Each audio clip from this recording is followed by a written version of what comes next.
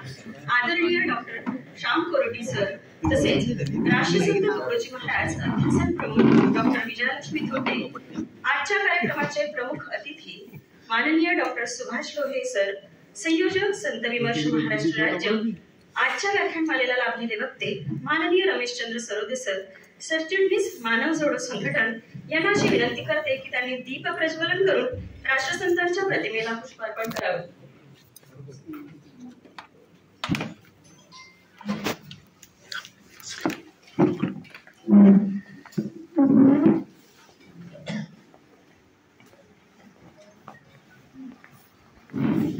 नमो सद्गुरु ज्ञानदीपा प्रकाशा, नमो आद्य रूपा अनंता परेशा, नमो मंगला मंगल गृहधारी, नमो कृपा पूर्ण दोषा निवारी.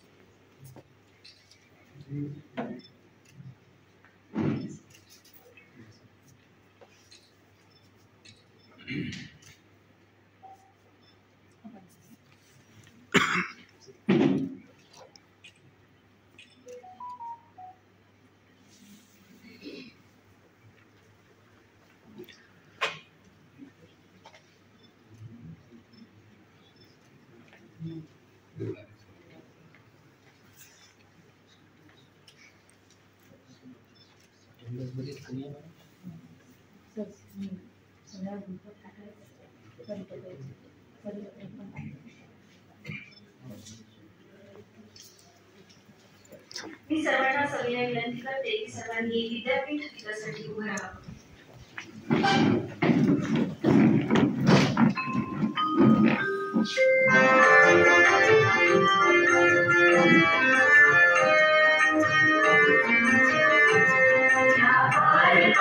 बंधु भाव नित्य वसुदेव देवरची असादे, भारतात बंधु भाव नित्य वसुदेव देवरची असादे, हे सर्व पंथ संप्रदाय एक दिसुदे, मतभेद नसुदे. भारतात बंधु भाव नित्य वसुदेव देवरची असादे.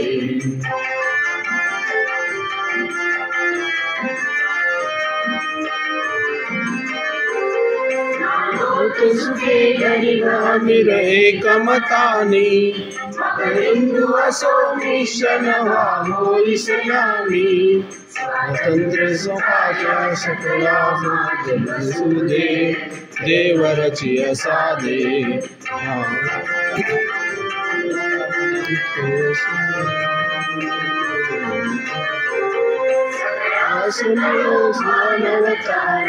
भावना सर्वस्वी मिळून समुदाय प्रार्थना, योगी तरुण वीर शीलवान दिसुदे देवरची असादे.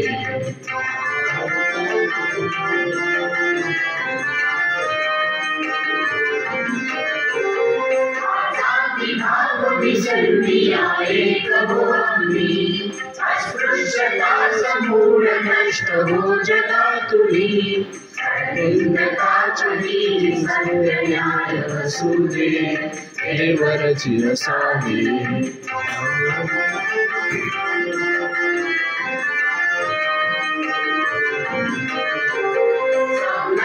नमो भगवनाथ परी, दीनस्थ होऊ देवी भक्ती मोहरी, प्रयास सदा सर्वदा सेवेस वसुदे देवरची असादे. भारतात बंधु भाव नित्य वसुदे देवरची असादे, हे सर्व पंथ संप्रदाय एक दिसुदे, मतभेद नसुदे. भारतात बंधु भाव नित्य वसुदे देवरची असादे, देवरची असादे, देवरची असादे.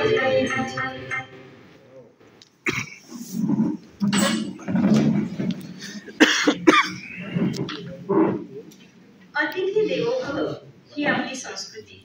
त्याचा मान राखत आपण या व्याख्यानमालेला लाभलेले प्रमुख अतिथी डॉक्टर सुभाष लोहे सर यांचे स्वागत व सत्कार करण्यासाठी मी राष्ट्रसंत तुकडोजी महाराज नागपूर विद्यापीठ नागपूरचे माननीय कुलगुरू डॉक्टर प्रशांत बोकारे सर यांना विनंती करते की त्यांनी माननीय अतिथींचा सन्मान चिन्ह, पुष्पगुच्छ, शाल व श्रीफळ देऊन सत्कार करावा.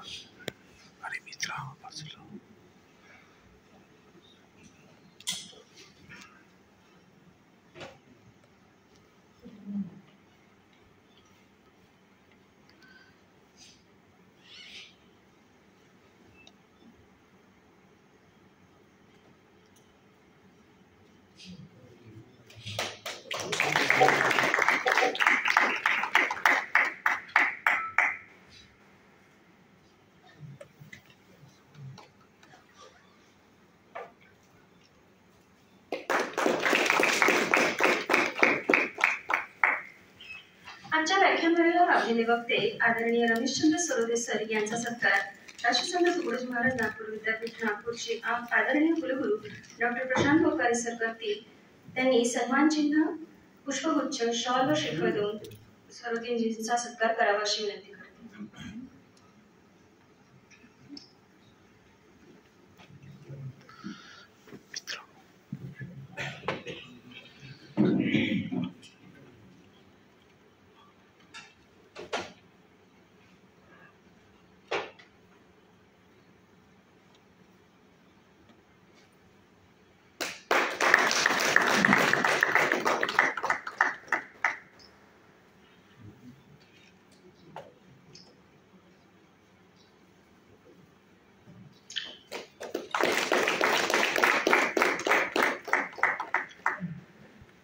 व्याख्यानमालेसाठी उपस्थित राष्ट्रसंत तुकडोजी महाराज नागपूर विद्यापीठ नागपूरचे कुलगुरू डॉक्टर प्रशांत बोकारे सर यांचे स्वागत माननीय विद्याशाखाचे अधिष्ठाता डॉक्टर श्याम कोरटे सर करतील अशी त्यांना विनंती करते.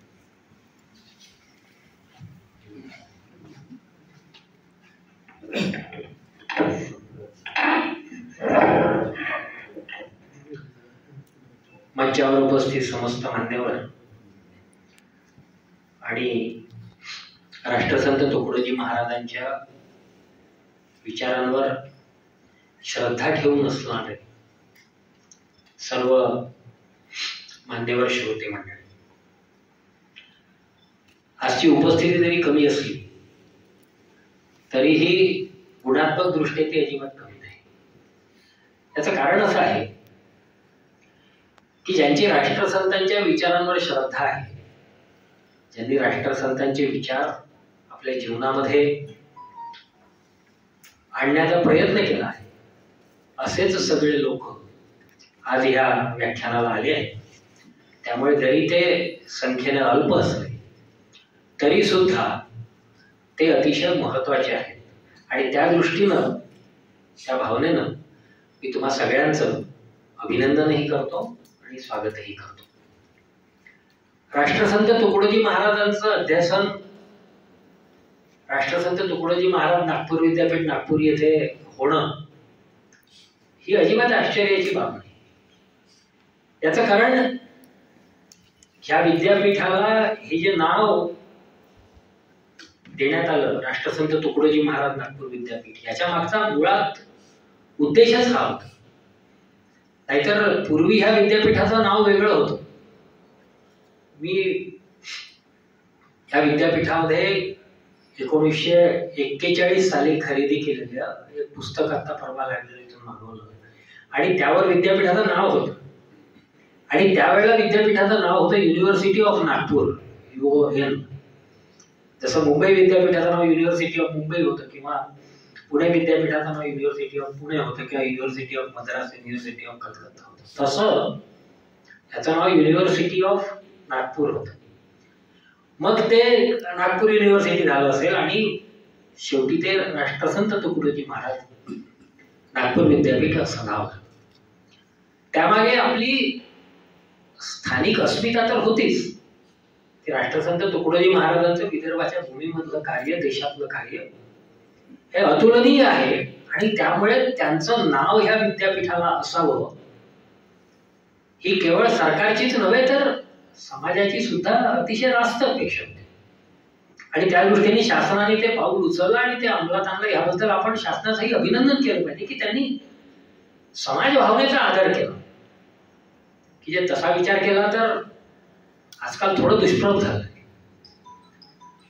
पण राष्ट्रसंत तुकडोजी महाराजांचं नाव नागपूर विद्यापीठाला देण्यामागे ज्यांनी कोणी प्रस्ताव दिला असेल, त्यांची जी भूमिका असेल, ती भूमिका मात्र निश्चितपणे मला वाटतं की गुरुकुंजाच्या लोकांनी आणि गुरुदेवांच्या अनुयायांनी त्यांच्या पुढे मांडली असेल आणि म्हणून ते उद्युक्त झाले असतील ते नाव देणे. ही काय भूमिका असेल तर राष्ट्रसंतांचे विचार केवळ समाजात पोहोचणे एवढ्या पुरता मर्यादित तर निश्चितपणे विचार होता. तर राष्ट्रसंतांच्या विचाराप्रमाणे हा समाज घडावा आणि केवळ समाज घडून चालणार नाही तर तरुण पिढी घडावी. आणि ही तरुण पिढी कुठे असते? 18 वर्षाच्या वरचे आजच्या घडीला 4 लाख युवक नागपूर विद्यापीठामध्ये शिकत आहेत. मी आजच परीक्षा विभागाकडनं डेटा मागवला होता आणि मागच्या परीक्षेमध्ये आपल्याकडे किती विद्यार्थ्यांनी परीक्षा दिली तर 3,75,000 विद्यार्थी या विद्यापीठामध्ये आस्थागायत शिकत आहेत. ह्या तरुण पिढीपर्यंत राष्ट्रसंतांच्या विचाराचा वारसा पोहोचावा आणि केवळ वारसा पोहोचवून विद्यापीठाने थांबू नये. तर त्या तरुण पिढीने राष्ट्रसंत तुकडोजी महाराजांच्या विचारांचा वारसा आपल्या जीवनामध्ये प्रत्यक्षात उतरवावा अशी हे नाव देण्याची ज्याची भूमिका असावी असं एक मला वाटतं. मग ह्या कसोटीवर जर आपण विचार केला तर ह्या कसोटीवर राष्ट्रसंत तुकडोजी महाराज नागपूर विद्यापीठ किती उतरलाय हे आत्मपरीक्षण विद्यापीठाला तर केलंच पाहिजे की नाही. कारण बाहेरून आम्हाला कोणीतरी सांगेल तुमच्यापैकी कोणीतरी तुम्ही नाव दिलं, अध्यासन स्थापन केलं, पुढे काय आम्ही सांगू मग आम्ही अमकं केलं, डमकं केलं, टमकं केलं. पण तुम्ही हे विचाराल एक दिवस आम्हाला निश्चित पडेल की हे विद्यार्थ्यांच्या जीवनात आलं का. आणि जर हे विद्यार्थ्यांच्या जीवनामध्ये आलं असेल तर समाजाच्या अपेक्षा विद्यार्थी पूर्ण करतोय का ह्या कसोटीवर जर विचार केला आपणही सांगू शकतो की आजचा युवक हा समाजाच्या अपेक्षांच्या कसोटीवर पूर्णपणे उतरतो का. 18व्या वर्षी तो विद्यापीठामध्ये प्रवेश घेतो आणि 3 वर्षाची डिग्री करेल, BA असेल, BCom असेल, BSc असेल, मग तो पुन्हा 2 वर्ष पदव्युत्तर शिक्षण घेतो, त्यानंतर पुन्हा 4-5 वर्ष तो PhD करतो. किती 6 वर्षाचं बंधन आहे करू सर नाही PhD करण्याला कमाल जास्तीत जास्त 6 वर्ष 3-4 वर्षात तो PhD करतो. नंतर काय करतो तो पुन्हा एकदा म्हणजे बघा 3 वर्ष पदवीचे, 2 वर्ष पदव्युत्तरचे आणि 4 वर्ष किमान पदवीचे PhDचे असे 3 आणि 2 5 आणि 4 9 वर्ष शिकून हा विद्यार्थी पुन्हा एकदा समाजाकडे नोकरीसाठी राहिला. पुन्हा समाजाला म्हणतो अरे बा मी शिकलो पण मला नोकरी तुम्हाला द्या असं नाही चालणार. मला प्राध्यापकाची नोकरी द्या, क्लर्कची नोकरी द्या. म्हणजे तुम्ही बघितलं असेल मागे उत्तर प्रदेशातली बातमी आली होती की चपराशाच्या नोकरीसाठी क्लास 4च्या नोकरीसाठी PhD झालेल्या उमेदवारांनी आम्ही MA झालेले उमेदवार पोलीस भरतीसाठी गडचिरोलीमध्ये सतत बघतो. आमच्याकडे पोस्ट ग्रॅज्युएट टीचिंग डिपार्टमेंटला मुलं यासाठी ऍडमिशन घेतात की राहण्याची सोय होते हॉस्टेलमध्ये, मेसमध्ये जेवणाची सोय होते, विद्यापीठाच्या आवारामध्ये ग्राउंड आहे त्या ग्राउंडवर सरावाची व्यवस्था होते म्हणजे पोलीस भरतीचं आपलं काम पूर्ण होऊन जाते. याच्यासाठी ते MA ला, MCom ला, MSc ला ऍडमिशन. काय अवस्था आली आहे समाजाची. आई बाबा विचार करत असतील, समाजही विचार करत असेल, अरे बाबा पोलिसांची किमान अर्हता काय आहे, 10वी असेल 12वी असेल, तर तू पोस्ट ग्रॅज्युएट आहे ना, तू कशाला त्यांना कॉम्पिटिशन देतो. पण ही समाजाची अवस्था येण्यामागचं कारण असं आहे की तुकडोजी महाराजांचे विचार आपण तरुणांपर्यंत योग्य पद्धतीनं पोहोचवू शकले. ज्यांच्यापर्यंत ते विचार पोहोचले त्यांच्या आयुष्याचं सोनं झालं. म्हणजे हे किती मोठं आव्हान आपल्या पुढे आहे. आणि हे विचार का नाही पोहोचू शकले? विद्यापीठाचं नाव विद्यापीठ आहे. विद्यापीठाचं नाव ज्ञानपीठ नाही आहे, किंवा विद्यापीठाचं नाव माहितीपीठ नाही आहे. म्हणजे इंग्रजीमध्ये म्हणतात की 3 पातळ्या असतात. पहिली पातळी असते माहितीची, इन्फॉर्मेशन.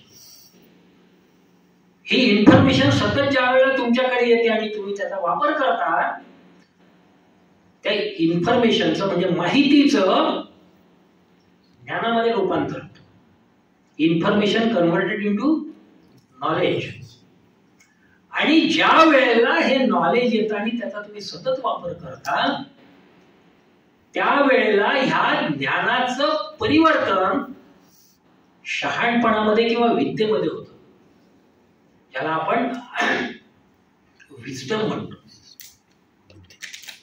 आणि आज माहितीचं किंवा ज्ञानाचं रूपांतर हे विद्येमध्ये होत नाही. याचं कारण असं आहे की राष्ट्रसंत तुकडोजी महाराजांचे विचार आम्ही योग्य पद्धतीने विद्यार्थ्यांपर्यंत पोहोचवत नाही. ज्यांच्यापर्यंत पोहोचतात ते त्यांच्या आयुष्यामध्ये ते अंगीकारत नाही. ही एक मोठं आव्हान जसं विद्यापीठापुढे आहे, तसं राष्ट्रसंतांच्या विचारांचे जे पूजक आहेत, ज्यांनी आपल्या आयुष्यामध्ये राष्ट्रसंतांचा विचार अंगीकारला आहे, त्यांच्या पुढचे एक मोठं आव्हान आहे. ज्ञान आणि विद्या काय फरक आहे या दोन मध्ये? आपल्याकडे पूर्वी होतच ना 64 कला होत्या, 16 विद्या होत्या. पण विद्या आणि ज्ञान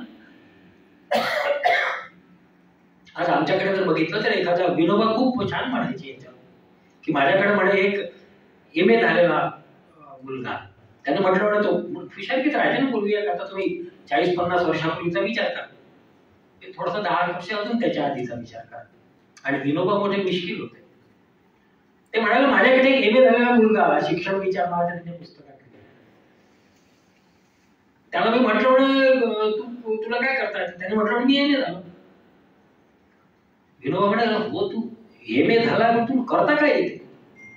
तो नाही मी MA झालोय ना. अरे करता काय येते? विनोबा म्हणाले की मला असं वाटलं म्हणे की त्याला आपला प्रश्न नाही समजला. मी त्याला पुन्हा विचारलं बरं तुला निंदन करता येते का? त्याला म्हटलं मी MA झालोय ना. बरं खुरपण? अरे मी MA झालोय ना. बरं वकरबाई काय विचारता? बरं तू MA कशात झाला? म्हणजे मी मराठीत आहे. अच्छा सांग बरं एखादी ज्ञानेश्वरी मधली ओवी सांग बरं एखादी.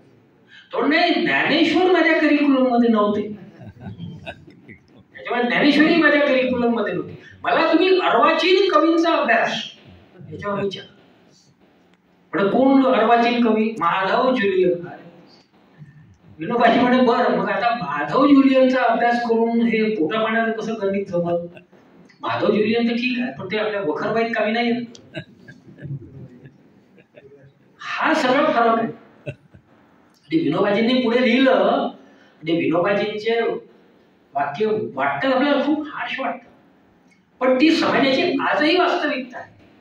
विनोबाजी म्हणाले की अशिक्षित माणूस जो असतो तो बेवकूफ असतो, आणि जो शिकलेला माणूस असतो तो शिकलेला बेवकूफ असतो. सुशिक्षित माणूस आहे तो शिकलेला, बेवकूफ दोघंही असतात. फक्त एकाच्या बेवकूफपणावर ते सुशिक्षितपणाचं आवरण चढते, त्यामुळे त्याला त्याची जाणीव राहते. एक बिचारा अशिक्षितच आहे, शेतीच करून त्याला माहित राहते आपली काय.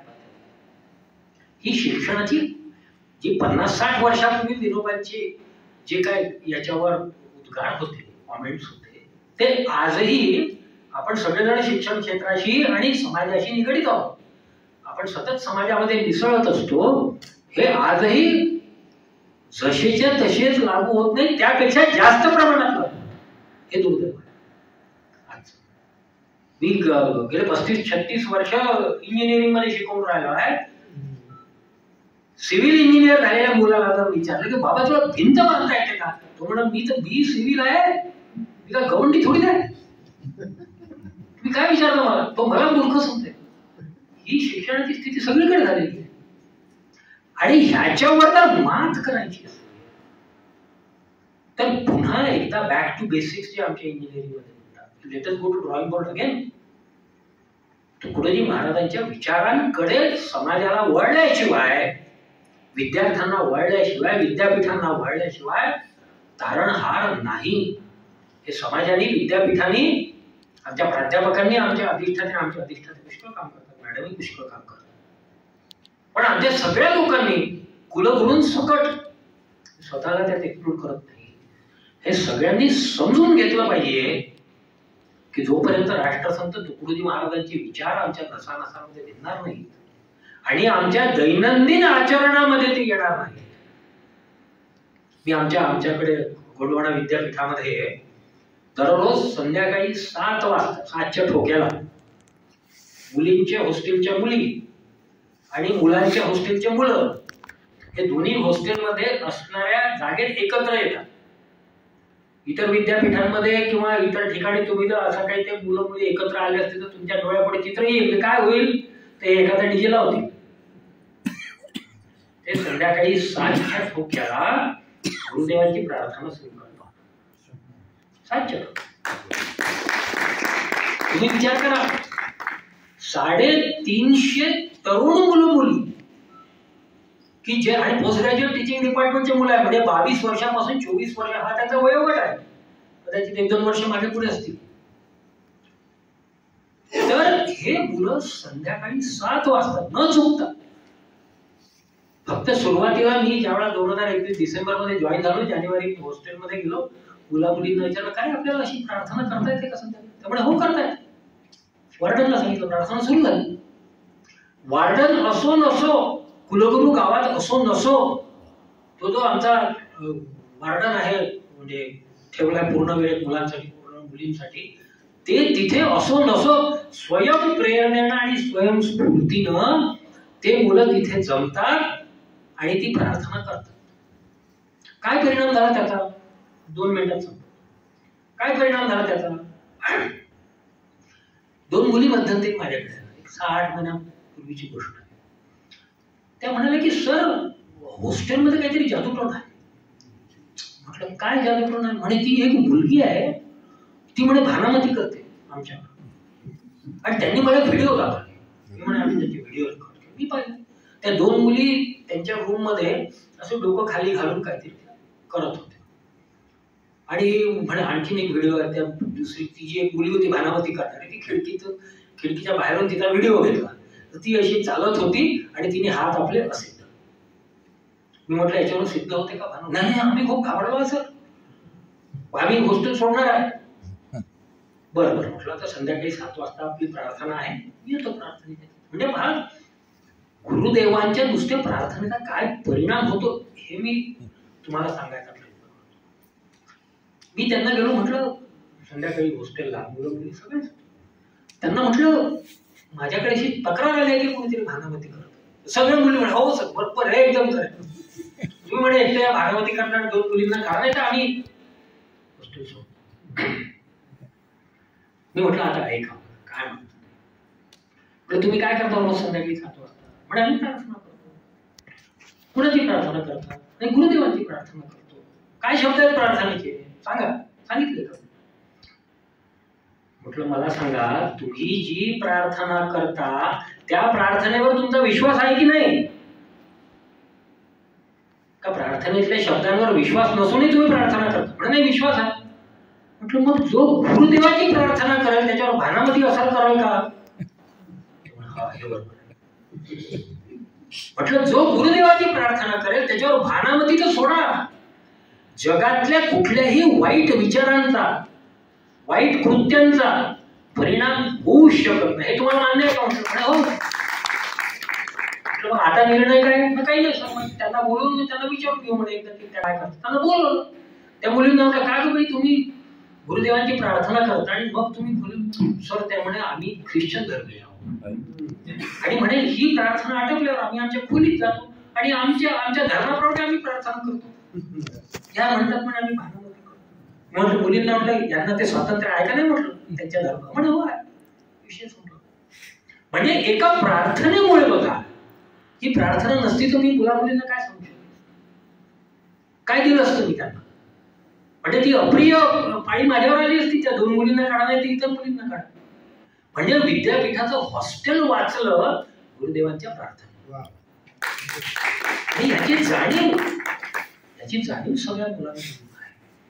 आजही आमच्या कॅम्पसमध्ये कदाचित तुम्हाला आश्चर्य वाटेल, गुरुदेवांच्या प्रार्थनेचा व्यवस्था करीत आहे की कॅम्पसमध्ये मुलं नॉनव्हेज खात नाहीत, कॅम्पसमध्ये मुलं दारू पित नाहीत. मला आजपर्यंत एकही मुलगा कॅम्पसमध्ये सिगरेट पिताना दिसलेला नाही. आणि तुम्ही म्हणत असाल तुम्ही राहतात किती दिवस, राहिले तरी तुम्ही ऑफिसमध्येच बसतात. माझं जे घर आहे तिथलं ते हॉस्टेलच्या अगदीच बाजूला. हॉस्टेल आणि माझ्या घरामध्ये अंतर 10 फुट. तर माझ्या घरात उभं राहिलं तर हॉस्टेलची प्रत्येक खिडकी दिसते, आणि माझ्या घरात मी उभा राहिलो तर हॉस्टेलमधला प्रत्येक मुलगा मुली मला पाहू शकतो. अशी स्थिती आहे. त्याच्यामुळे ते कळते सगळं बरोबर. हा जो परिणाम आहे, हा परिणाम प्रत्येक विद्यापीठाला साध्य करावा लागेल. आणि हा परिणाम साध्य करण्याचं एकमेव टूल, आजकाल टूल किट, नॅरेटिव्ह हे शब्द खूप इकडे तिकडे पसरले. आपल्याला हा नॅरेटिव्ह करावा, सेट करावा की नवीन पिढीला रस्त्यावर राहायची असेल तर गुरुदेवांच्या विचार, त्याची सुरुवात प्रार्थनेपासून करायची. तिथे कुठे आता मोझिल्ला होतच असेल संध्याकाळी प्रार्थना, आपण सगळेजण अनुभव घेतला असेल त्याचा. हे जर आपण करू शकलो, ही तर लहान गोष्ट करू शकलो, तर मला असं वाटतं की मोठा आणि दूरगामी परिणाम केवळ विद्यार्थ्यांवर नव्हे तर सगळ्या समाजावर आपण घडवून आणू शकतो. आणि आमचं अध्यासन त्या दिशेने कार्य करेल, नागपूर विद्यापीठ त्या दिशेने कार्य करेल अशी या प्रसंगी ग्वाही देतो. आणि माझं थोडंसं लांबलेलं का होईना अध्यक्ष भाषण संपवतो.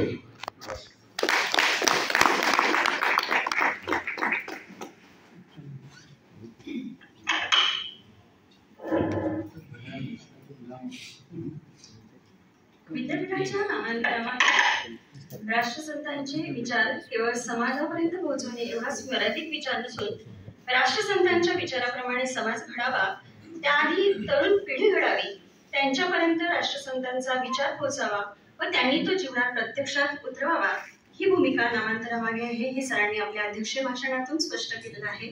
तसंच सरांनी प्रार्थनेचं महत्त्व आपल्या सर्वांना पटवून दिलेलं आहे. धन्यवाद सर. कार्यक्रमाचं प्रास्ताविक करण्यासाठी व आजच्या कार्यक्रमाला लाभलेले वक्ते माननीय रमेशचंद्र सरोदे यांचा परिचय करून देण्यासाठी मी राष्ट्रसंत तुकडोजी महाराज अध्यासन प्रमुख डॉक्टर विजयलक्ष्मी थोटे मॅडम यांना आमंत्रित करते.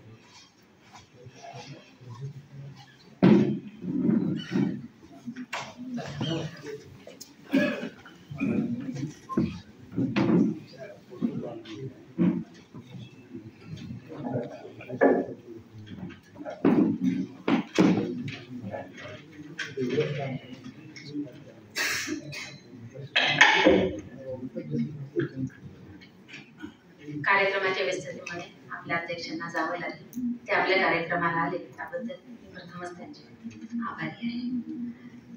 प्रथम मी देवी सरस्वती आणि वंदनीय राष्ट्रसंत तुकडोजी महाराज यांना वंदन करते. आज 13 डिसेंबर नागपूर विद्यापीठाचा नामविस्ताराचा दिवस. त्यानिमित्त आज व्याख्यानाचं आपण आयोजन केलेलं आहे. या कार्यक्रमाचे अध्यक्ष माननीय डॉक्टर प्रशांत भोकारे सर, अधिष्ठाता मानव विज्ञान विद्याशाखा माननीय डॉक्टर श्याम कोरेटी सर, आजच्या कार्यक्रमाला वक्ते म्हणून लाभलेले श्री रमेशचंद्रजी सरोदे, प्रमुख अतिथी म्हणून लाभलेले डॉक्टर सुभाष लोहे सर, सर्व विभाग प्रमुख कडू सर, रक्षक दादा, सर्व सन्माननीय गुरुदेव प्रेमी शिक्षकेतर कर्मचारी आणि विद्यार्थी रसिक श्रोते. राष्ट्रसंतांचं तत्वज्ञान आज 21व्या शतकातही दिशादर्शक आहे. आताच आपण अध्यक्ष भाषण ऐकलं. कशी दिशा मिळते, विद्यार्थी कसे घडतात याचं उदाहरण चांगल्या रीतीने आपल्याला कुलगुरू महोदयांनी आपल्यापुढे सादर केलेला आहे. जीवनात केवळ भौतिक विकास साधून आत्मशांती मिळू शकत नाही. त्यासाठी आपले विचार सुधारायला पाहिजे आणि ते सामर्थ्य महाराष्ट्र संतांच्या विचारात असलेलं आपल्याला दिसून येतं. माणसात माणुसकीचं नातं निर्माण करण्याचं किंवा रुजवण्याचं कार्य राष्ट्रसंतांच्या साहित्यातून, तत्वज्ञानातून, विचारातून होताना आपल्याला दिसून येतं. राष्ट्रसंत आपल्या सर्वांना संघटित, जात पात धर्म भेद विसरून सर्वांना एकत्र करून एकोपा निर्माण करून समाजाचा गाडा विकासाकडे नेण्यासाठी मार्गदर्शन करत असतात. एकंदरीत जन्मापासून तर मरणापर्यंत जीवनाच्या प्रत्येक वळणावर, टप्प्याटप्प्यावर आपल्याला महाराजांचे विचार नेहमी मार्गदर्शन करत असतात. आज आपण बघतोय की ग्रामीण जीवनाचं चित्र पालटत चाललं आहे. शहरांचा विकास होतोय, शहर फुगतात आहे, पण खेडी ओस पडतात आहे. विकासापासून कोसो दूर होतात आहे. पण महाराजांनी सांगितलं आहे की जिथपर्यंत गावाचा विकास होणार नाही, खेड्यांचा विकास होणार नाही, तोपर्यंत खऱ्या अर्थाने देशाचा, राष्ट्राचा, पर्यायाने विश्वाचा विकास होऊ शकत नाही. म्हणून महाराजांचं तत्वज्ञान हे विश्व शांती स्थापन करण्याचं सामर्थ्य महाराजांच्या तत्वज्ञानात आहे. आणि त्यासाठी महाराजांनी आपल्याला संघटित व्हायला, श्रमप्रतिष्ठेला, श्रमाला महत्त्व दिलेलं आहे. आणि म्हणून राष्ट्रसंत म्हणतात, सगळ्यांनी मिळून वागावे, सर्वांचे समजून कार्य करावे. आपण आज आपलं स्वतःच करतो, त्यात खुश राहतो, माझा विकास झाला म्हणून. तर तसं न करता सगळ्यांनी मिळून वागावे, सगळ्यांनी समाजात कार्यकर्त्यांनी मिळून वागायचं आहे आणि सर्वांनी समजून कार्य करावे असं राष्ट्रसंतांनी सांगितलं. आणि त्यामुळे ग्रामोन्नती ते राष्ट्रोन्नती, विश्वशांतीचे विचार सर्व समाजात पसरेल आणि विकास झाल्याशिवाय राहणार नाही. महाराजांच्या साहित्यामध्ये अध्यात्म आणि विज्ञान याचा सुंदर समन्वय झालेला आपल्याला दिसून येतो. त्यांचे पूर्ण साहित्य सोडाच, महाराजांचं पूर्ण साहित्य अभ्यासायला पाहिजे. आमचे विद्यार्थी अभ्यासतात अध्यासनाचे, पण त्यांचं पूर्ण साहित्य तर सोडाच, पण कमीत कमी प्रत्येकाने ग्रामगीतेचा अभ्यास करावा असं मला मनोमन वाटतं. कारण ग्रामगीतेला संजीवनी भूती किंवा युगग्रंथ म्हणतात. म्हणजे संजीवन म्हणजे आपल्याला बळ देणार. तर महाराजांची ग्रामगीता अशी आहे की तुमच्या जीवनातली कुठलीही समस्या असो त्याला मार्गदर्शन करून तुम्हाला त्यातून बाहेर काढणार आणि जीवनाच्या उन्नतीला मार्गदर्शन करणार अशी महाराजांची ग्रामगीता आहे. आणि म्हणून त्या ग्रामगीतेचा अभ्यास प्रत्येकाने कमीत कमी करावा आणि तसे प्रयत्न सगळ्यांनी करावे. जीवनातील समस्यांवर मात करून जीवन उन्नत करण्याचा मार्ग, मानव कल्याणाचा मार्ग, मानव किंवा विश्व शांतीचा मार्ग आपल्याला राष्ट्रसंतांच्या साहित्यातून अभ्यासायला मिळतो.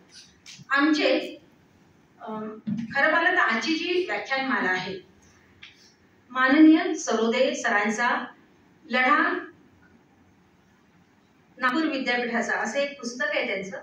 ते पुस्तक नामकरणाचा ते पुस्तक आपल्या प्रशासकीय भवनात आलं आणि ते प्रशासकीय भवनात आल्यानंतर मला थोडासा वाईटही वाटतं की माननीय माजी आपले कुलगुरू जे होते डॉक्टर सुभाष चौधरी सर, निवृत्त आपले प्रकुलगुरू होते डॉक्टर संजय दुधे सर, हिवसे सर, यांनी मला त्यावेळी सांगितलं की मॅडम तुम्ही एक व्याख्यान आयोजित करा आणि सरोदे दादांना बोलवून घ्या आणि व्याख्यान माहिती आपल्या विद्यापीठातील सर्वांपर्यंत पोहोचू द्या.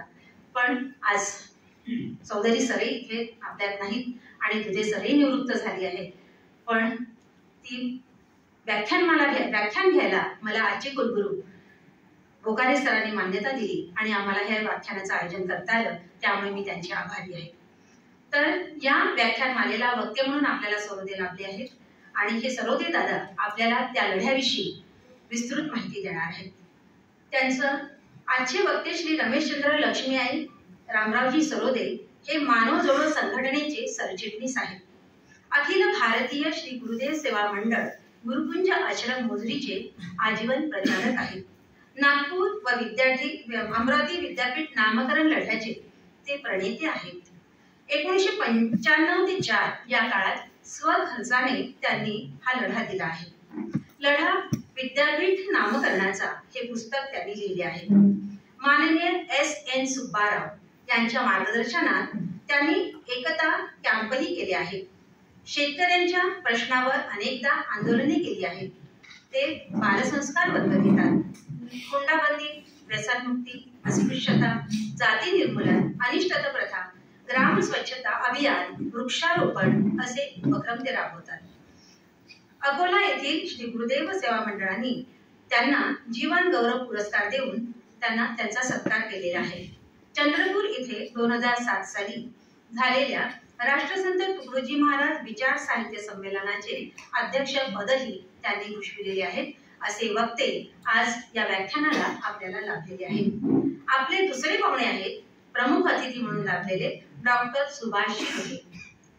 हे श्री समर्थ कॉलेज आष्टी येथे राज्यशास्त्र विषयाचे प्राध्यापक होते. भारतीय विचार मंचच्या वतीने राष्ट्रसंत तुकडोजी महाराज विदर्भ स्तरीय एकूण 10 साहित्य संमेलनांचे आयोजन त्यांनी आजपर्यंत केलेले आहे विविध ठिकाणी. या वर्षीचे साहित्य संमेलन ब्रह्मपुरी येथे होणार आहे. तरी गुरुदेव प्रेमींनी त्या संमेलनाला उपस्थित राहावे. सध्या ते संयोजक संत विमर्श महाराष्ट्र राज्याचे दायित्व पार पाडत आहेत. मी या दोनही अतिथींचं स्वागत करते. असे हे प्रत्यक्ष कार्य करणारे 2 पाहुणे आपल्याला लाभलेले आहेत.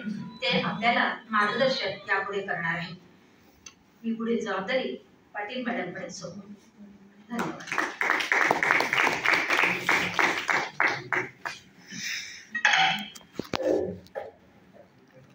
धन्यवाद मॅडम. काही कर्मे स्वतःकरिता, काही कुटुंबांच्या हिता, काही कर्म गाव लोकांकरिता, सेवा धर्म रूप. महाराजांच्या ग्रामगीतेतील ही ओवी आपल्या आचरणात आणण्याचा, त्याप्रमाणेच आपल्या कामाप्रती एकनिष्ठता बाळगण्याचा व त्या दिशेने प्रयत्न करण्याचा सल्ला महाराज आपल्याला देतात. हीच जीवनशैली आचरणात आणून राष्ट्रसंत तुकडोजी महाराजांचं नाव नागपूर विद्यापीठास कसं प्राप्त झालं, त्यातल्या काही आठवणी, काही प्रसंग जाणून घेण्यास आपण सगळेच उत्सुक आहोत. म्हणून अधिक वेळ न घालवता मी आजच्या व्याख्यानमालेची सुरुवात करण्यासाठी आजच्या कार्यक्रमाला लाभलेले वक्ते माननीय रमेशचंद्र सरोदे यांना सविनय आमंत्रित करते.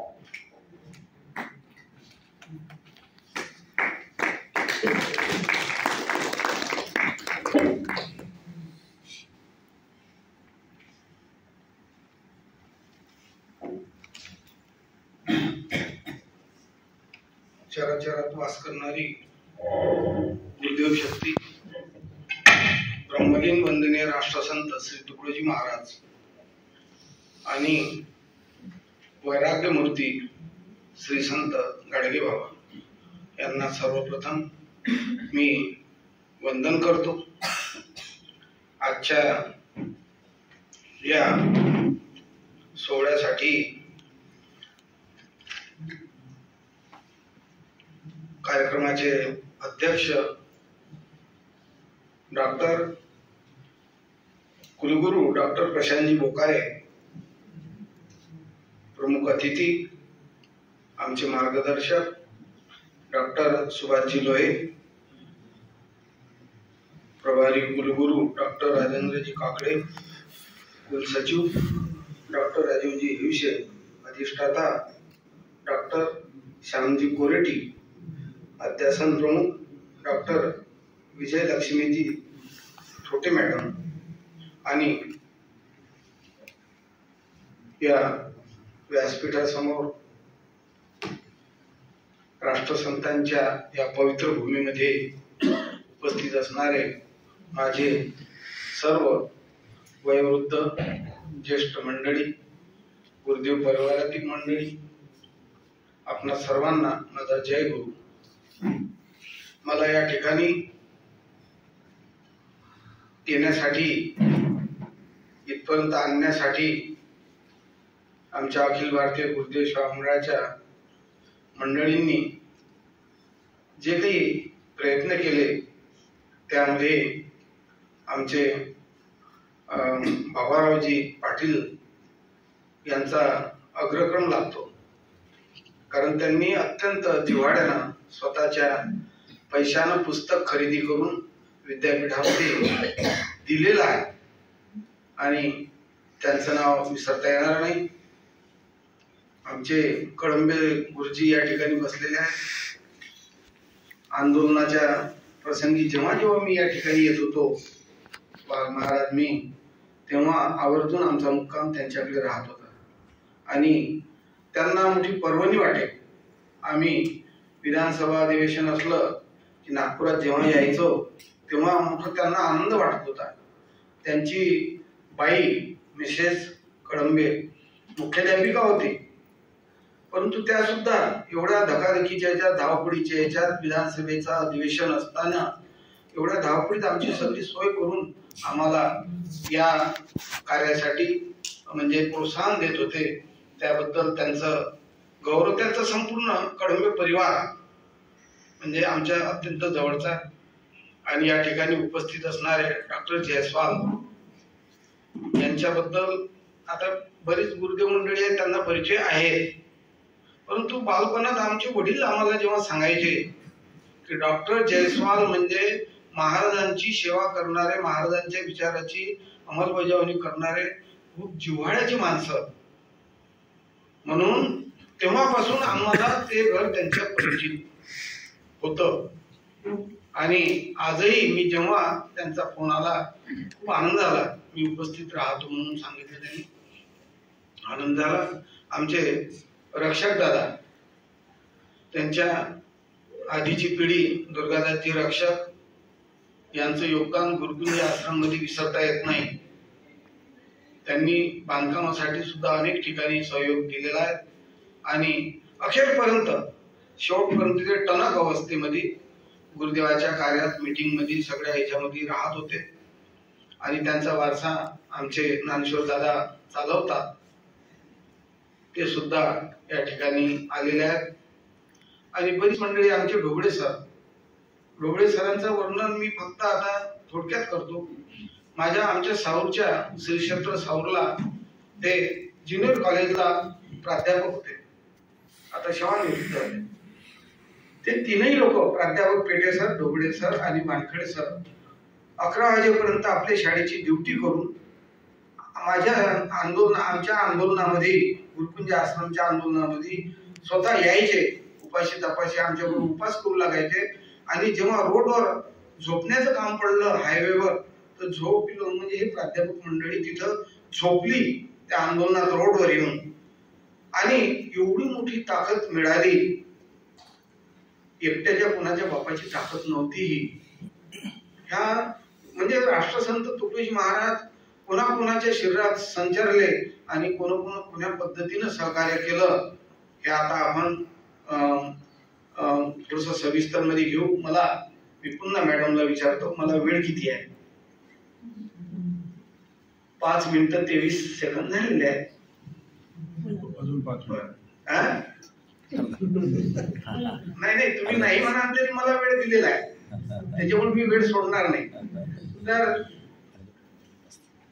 आता मॅडमनी सांगितलं आणि सरांनी सुद्धा सांगितलं, विद्यापीठाचं नामकरण का करावं, अशी गरज का पडली. सरांनी सुद्धा दाखले दिलेले आहेत. संस्कार, आज आपण सगळे घरादारातली म्हणजे सगळी मंडळी संस्कार हा विशेष विसरलो आणि पोटापाण्याच्या प्रश्नाच्या दृष्टीनं सगळी धावधाव सुरू झाली आहे. सगळे जणांची धावपळ सुरू झालेली आहे आणि कोणी मागवडून पाहायला तयार नाही. बिलकुल कॉन्व्हेंट मध्ये जाणारा विद्यार्थी लेकरू तयार झालं का तिथून ट्युशन. आता मी बालपणापासून प्रार्थनेत होतो म्हणून माझ्या अंगामध्ये हे राष्ट्रसंताचं वारं शिरलं, नाहीतर कदाचित शिरलं नसतं. आणि मी लहानपणापासून का माझ्या अंगामध्ये हे वारं शिरलं, तर माझे वडील राष्ट्रसंतांचे अनुयायी होते. स्वातंत्र्यवीर रामरावजी सरोदे, महात्मा गांधींनी त्यांना वीर अभिमन्यू ही उपाधी दिली होती. आणि असे ते त्यांच्या जवळचा गुण ह्या घेतला मी, कार्य करायचं आणि लगेच गाडगे महाराज सारखं अदृश्य होऊन जातं, कीर्तन संपलं का गायब. म्हणजे गाडगे महाराज गायब होत होते म्हणत होते, ते गायब नव्हते होत. त्यांना लोकांचा खूप अनुभव आला होता. चांगला अनुभव आला, पण वाईटही अनुभव भरपूर आला होता. आता सरांनी सांगितलं, मॅडमनी सांगितलं की हे विचार आम्हाला प्रत्यक्ष घरादारात अंमलात आणायचे आहे, आचरणात आणायचे आहे. परंतु आम्ही ते सगळं विसरून जातो. म्हणून मी गाडगे महाराजांचे आदर्श घेतला आणि आमचे वडील प्रत्येक कार्य केलं, परंतु सगळ्यात मागे राहिले. ज्यांना एकही दिवस सजा नाही कारागृहात स्वातंत्र्य संग्रामातली, ते लोक केंद्रातली पेन्शन घेत होते. माझे वडील मी पेन्शनसाठी केलं नाही म्हणून पेन्शन घेणार नाही असं स्पष्ट सांगत होते. त्यांच्या माहीत नव्हता, त्यांना माहीत नव्हता. मी कागदपत्र तयार केले आणि मी म्हटलं विद्यापीठ नामकरणासाठी मला मी कोणाला भीक मागणं, म्हणून मी त्यांची पेन्शन सुरू करण्यासाठी मी प्रयत्न केले आणि मग पेन्शन सुरू झाली. तो विषय नंतरचा होता. फक्त सांगण्याचा असा अर्थ की संस्कार, माझे वडील लहानपणी आम्ही छोटे असताना, मातीचं घर असताना आईनं मातीचं घर सारवलं काही एका कोपऱ्यामध्ये चटई टाकून बसायचे आणि ग्रामगीता अध्याय वाचायचे. मी त्यावेळेस जास्तीत जास्त 8-10 वर्षाचा असेल. येता जाता एखादा शब्द मिळून जायचा कामाचा. अरे हा तर शब्द आपल्या ह्याच्यात आहे, आपल्या कामाचा आहे, महाराजांनी हेही सांगितलं काय खरोखर ग्रामगीतेत. पण ग्रामगीता वाचत नव्हतं. दररोजचा कार्यक्रम आमच्या वडिलांचा, दररोज अध्याय वाचणे आणि पहाटेला ध्यान करणे. तर ध्यान सुद्धा ते जोऱ्या जोऱ्याने करत होते, ग्रामगीतेचा अध्याय जोऱ्याने करत होते, वाचत होते. याच्यासाठी येणारा कोणीतरी माणूस इथं बडबड करण्यापेक्षा ऐकलं पाहिजे त्यांना. आणि ते दररोजचं ऐकता ऐकता मला माझ्या डोक्यामध्ये हे विचार पोहोचले. आणि 1957 साली माझ्या वडिलांनी लाठीकाठी आणि चरखा शिबिर माझ्या घरी, म्हणजे घरीच घेतलं होतं, गावात घेतलं होतं. परंतु जेवणाची व्यवस्था कार्यकर्त्यांची घरी होती. आणि ज्या रस्त्यावर मी आता आसन बसवलेलं आहे घरी प्रार्थनेचं, त्याच ठिकाणावरून महाराज आतमध्ये आले माझ्या घरी. आणि जिथं स्वयंपाक आई करत होती मंडळीसाठी, मुलांसाठी, तर माऊली हे कशाला केलं म्हणे एवढं मोठं. म्हणजे तिच्या डोक्यावर हात ठेवला आणि एवढं सगळं सांगितल्यानंतर आईनं, ते काही विशिष्ट लोक होते त्यांचे सोबत आलेले 7-8 लोक, त्यांना जेवण दिलं. महाराजांनी आईच्या डोक्यावर हात ठेवला. मी नव्हतो त्यावेळेस, कारण माझा 60चा जन्म आणि 57ची घटना आहे. तर अशा पद्धतीनं महाराजांची कृपा झाली आणि माझ्या डोक्यामध्ये ही गोष्ट लहानपणापासून भिनली, लहानपणापासून. बस मग मी 11-12 वर्षाचा असताना, 11 वर्षाचा होतो, म्हणजे 3ऱ्या-4थ्या वर्गात गेलो होतो. 6-4 हो 4थ्या वर्गात असेल. चक्कीवर धरणगडावला गेलो, तिथं प्रार्थना मिळाली आणि जो त्या दिवसपासून प्रार्थना धरली तर आज पर्यंत ही प्रार्थना बंद नाही. आणि मग तुम्ही म्हणाल मग हे तुम्ही कसं काय साध्य केलं. मग बालपणापासून जर ग्रामगीता माझ्या घरी होती, तर ती ग्रामगीता नुसती फक्त वाचण्यापुरती नव्हती, ती आचरणासाठी होती. आमच्या गुरुदेव कार्यकर्त्यांना सांगण्याची गरज नाही, ग्रामगीतेत एक शब्द सगळ्यांच्या पाठ आहे. आता बरीचशी ज्येष्ठ मंडळी या ठिकाणी उपलब्ध झालेली आहे, सगळ्यांना ग्रामगीता माहीत आहे. फक्त सरांचं जे म्हणणं होतं की ग्रामगीता आम्ही राष्ट्रसंत साहित्य आहे, सगळं आहे, परंतु हे आता कुठेतरी आचरणात यायला पाहिजे. आचरणात येणं एवढं सोपं नाही, भगवी टोपी घालणं सोपं आहे आणि टाइम पडला तर मग ती भगवी टोपी गाडीवर बसतो बा म्हणून खिशातही घालणं सोपं आहे. जवळजवळ 7 लाख लोक, मी कोरटी सरांना सांगतो, 7 लाख लोक यात्रेला येतात गुरुकुंज आश्रम मध्ये जवळजवळ. आणि लोहे सर तर फार जवळून आता अखिल भारतीय गुरुदेव शाहू मंडळाच्या सहवासात आहे. तर एवढ्या लोकांमधून जवळजवळ 7 लाख लोकांपैकी निदान 1 लाख लोक तरी भव्य टोपीवाले असू शकते. डॉक्टर जयस्वाल साहेब बरोबर आहे. 1 लाख लोक. आणि मला माझ्या डोक्यात तेव्हापासून एक गोष्ट येत होती का 1 लाख लोक जर भगव्या टोपीवाले एक दिवस फक्त विधानसभेवर जर पोहोचले, कोणाच्या बापाची ताकद नाही का तुमचा प्रश्न हाणून पाडावा म्हणून. भगव्या टोपीचा एक कार्यकर्ता 1 लाख कार्यकर्ता जर तिथं पोहोचला तर साधी गोष्ट नाही. परंतु ही गोष्ट हनुमानजी सारखं झालं. हनुमानजीला माहित नव्हतं माझ्यात काय ताकद आहे म्हणून. त्याला जाणीव करून द्यायची होती, तेव्हा त्यांना जाणीव होत होती. तसं आमच्या या 1 लाख लोकांना जाणीव नाही. पुण्यतिथी कोणती आहे म्हटलं तर नाही, अमुक अमुक पुण्यतिथी इतके वर्ष झाले महाराज जाऊन, आता आपल्याला असं करायचंय तसं. गावोगावी पुण्यतिथ्या होते. इथं विषय नाम विस्तारात आहे. मॅडमनं विषय दिलेला आहे, नाम विस्तारात आहे. आता हा विषय इथं तेवढा नाही बोलण्यासारखा, परंतु थोडं मुद्दा घेतल्याशिवाय मलाही समाधान होणार नाही. दरवर्षी पुण्यतिथी श्रद्धांजली अर्पण करतो, पुण्यतिथ्या करतो, गावोगावी उत्सव करतो. सगळं मस्त गाव रंगीत झालं, सगळं बरोबर झालं. पुन्हा आहे चाकोरी तीच. मी ही ग्रामगीता पुस्तकामध्ये, या पुस्तकामध्ये स्पष्ट लिहिलेलं आहे. मी ही ग्रामगीता माझ्या जीवनात कशी उतरवली. कदाचित मला ग्रामगीता मिळाली नसती. 5 रुपयाची ग्रामगीता होती त्यावेळेस माझ्या घरी मिळालेली. तेव्हापासून मी पाहतो की ग्रामगीता जर माझ्या घरी आली नसती किंवा मला एवढा सहवास मिळाला नसता, माझं जीवन वेगळं राहिलं असतं. 1980 साली मी MIDC मध्ये चांगल्या मेटल कंपनीमध्ये सुपरवायझर होतो. 80 साली मला बसायला कार होती. त्यावेळेस कॅम्प्युटरचं युग नव्हतं, तरी इलेक्ट्रॉनिकची टायपिंग होती. मी त्या टायपिंगवर काम करत होतो MIDC मध्ये सुपरवायझर असताना.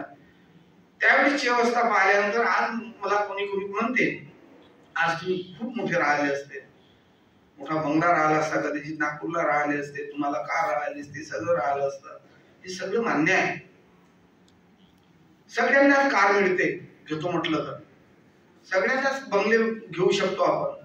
पण आज जे मला मिळालं ते आयुष्यात पुढच्या कोण्या जन्मातही मला मिळालं नसतं. म्हणून मी महाराजांचे पुन्हा धन्यवाद मानतो की वंदनीय महाराज, तुमचे चरण जर मला दिसले नसते, तुमचे चरण जर माझ्या घराला लागले नसते, माझा कदाचित माझा उद्धार झाला नसता, माझ्या पुढ्याचा उद्धार झाला नसता. मी नुसतं हे बोलत नाही, तर मी लहानपणापासून ह्या गोष्टी सगळ्या आचरणात आणल्या. मी नागपूरला Indian institute of youth welfare Shivajinagar मध्ये मनोहर गोलपेलवारची संस्था, बहुतेक इथं कोणाला परिचित नाही आहे, नागपूर दादाला आहे कल्पना. मनोहर गोलपेलवारांची संस्था, त्याच्यामध्ये मी समाजसेवी ट्रेनिंग घ्यायला आलो होतो 80 साली. आणि तिथे डॉक्टर भाल भोळे, रूपा कुलकर्णी, डॉक्टर सीमा साखरे आणि डॉक्टर देवदास घोडेस्वार अशी मंडळी, श्याम मानव, प्राध्यापक श्याम मानव, हे सुद्धा तिथं आमचे क्लास घ्यायला येत होते. मग तुम्ही म्हणा खूप काही शिकले असं तुम्ही. मॅडमला मी सांगितलं, मॅडमने वाचून नाही दाखवलं ते 10 वर्ग नापास आहे मी. म्हणजे मला काही लाज नाही. बोचे गुरुजींनी सांगितलं मला, तुम्ही काही या गोष्ट मध्ये कुठे सांगत नका जाऊ मध्ये 10 वर्ग नापास आहे म्हणून. काहीच नाही. महाराज धड 2ही वर्ग सरस्वती शाळेत नाही गेले. 4था वर्ग म्हणतो आपण, पण कुठे गेले? गाडगे महाराज गेलेच नाही. मग तिथं काही शरम नाही सांगण्याची. जर हृदयापर्यंत जर एखादी गोष्ट जाऊन घेतली तर आपल्याला ती म्हणजे आपल्या अंगामध्ये शरीरात संचार केल्याशिवाय ही गोष्ट राहणार नाही. आणि ती गोष्ट माझ्या शरीरात मी प्रत्येक गोष्टीनं लावून घेतली. तुम्ही पाहिलं असाल विदर्भामध्ये महाराष्ट्रामध्ये कुठेही जा, कुणाच्याही घरावर हुंडा निषेधचा बोर्ड नाही. पण माझ्या घरी जर तुम्ही आले तर माझ्या दारावर फ्रंटवर हुंडा निषेधचा बोर्ड आहे आणि त्याच्यात ताकीदही दिलेली आहे.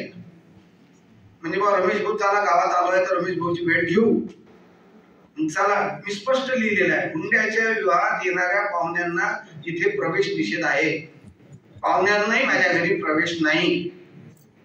मग मी एवढं बोर्ड लावल्यामुळं काही काही लोकांना हे खूप मोठं रुतलं. आमचं आयुष्य गेलं, आम्ही काही नाही करत आणि हा एकदम बोर्डच लावायला निघाला. मोठा तुकडोजी महाराजचा खूप निघाला काय हा, एकही तर भोग्या टुटवाला बोर्ड नाही लाव. त्यांनी निश्चय केला का ठीक आहे, आता याच्या घरी लग्न आहेच बहिणीचं, आता हा कसा लग्न करते तो पाहू. आणि त्यांनी शपथच घेऊन ठेवली काही लोकांनी, लग्नच नाही होऊ द्यायचं बहिणीचं. आणि आलेले पाहुणे इंजिनियर डॉक्टर येथे सगळे पाहुणे आले का तिकडले तिकडेच वापस करत होते. आणि एवढंही असून योगायोगानं मी नोकरी न करता माझी नोकरी माझ्या बहिणीला दिली. नामनिर्देशन तिचं केलं आणि कलेक्टर ऑफिस मध्ये वर्धेला ती लागली. मग एवढ्या पाहुण्यांची झुंबड झाली माझ्या घरावर, एवढ्या लोकांची. आमचा मुलगा आहे, पुण्याला इंजिनियर आहे, अमुक ठिकाणी डॉक्टर आहे, अमुक आहे. मग त्या दिवशी संकल्प घेतला, आता मी समाजात मुलगी देणार नाही. ग्रामगीता वाचणं एवढं सोपं नाही डॉक्टर साहेब, एवढं सोपं नाही ग्रामगीता वाचणं. म्हणजे तो भीष्माचार्य जेवढ्या बाणावर झोपला होता त्याची पेक्षा बाण टोचते समाज. तुमच्या नाही तुम्ही जर कोणाला मानत नसाल ना, तुमच्या घरचा एक सदस्य खर्ची करते. अक्षरशः लढाई दिली मी समाजासोबत. मला इथं सांगण्यासाठी मी पाहिली आधी युट्यूबवर माहिती, मला पाहिजे होती मोठी मंडळी भरपूर, परंतु आपण अत्यंत जिव्हाळ्याची मंडळी आहे, एवढी जरी आहे तरी माझ्यासाठी भरपूर आहे. तर खूप मोठा त्रास झाला. आणि एवढं करता करता मग बहिणीला सांगितलं, मी समाजात लग्न करणार नाही. जर तुला मान्य असेल माझ्या विचारानं तर मी दुसऱ्या कोणताही असो, मला आंतरजातीय समाजाची काही मोठी आवड नव्हती मला काही, पण हे चटकेच एवढे बसले मला त्या निर्णयावर यावं लागलं. आणि मग बाईने सांगितलं तर तू चपराशी पाय, फक्त नोकरीचा पाय, कोणताही असो म्हणजे मला समजून घेणारा. आणि मग कलेक्टर ऑफिस मध्ये आम्हाला मुलगा मिळाला, म्हणजे आमचे जावई किशोरराव शेंडे. आणि ते लग्न केलं आणि लग्न सुद्धा ग्रामगीतेच्या विचारानं, बिलकुल लवाजमा नाही, कोणतं काही नाही, रिसेप्शन नाही, कोणतं काहीच नाही. त्या आमच्या पद्धतीनं आम्ही त्या पद्धतीने केलं. आणि असं म्हणजे सांगण्याचा अर्थ एवढ्या पद्धतीनं सामोरं जावं लागते. आणि हे सगळं करता करता मी कागदावर लिहून आणलं होतं काही माहिती, पण त्याच्या पलीकडे अजून माझ्याकडे भरपूर माहिती सांगण्यासारखी आहे.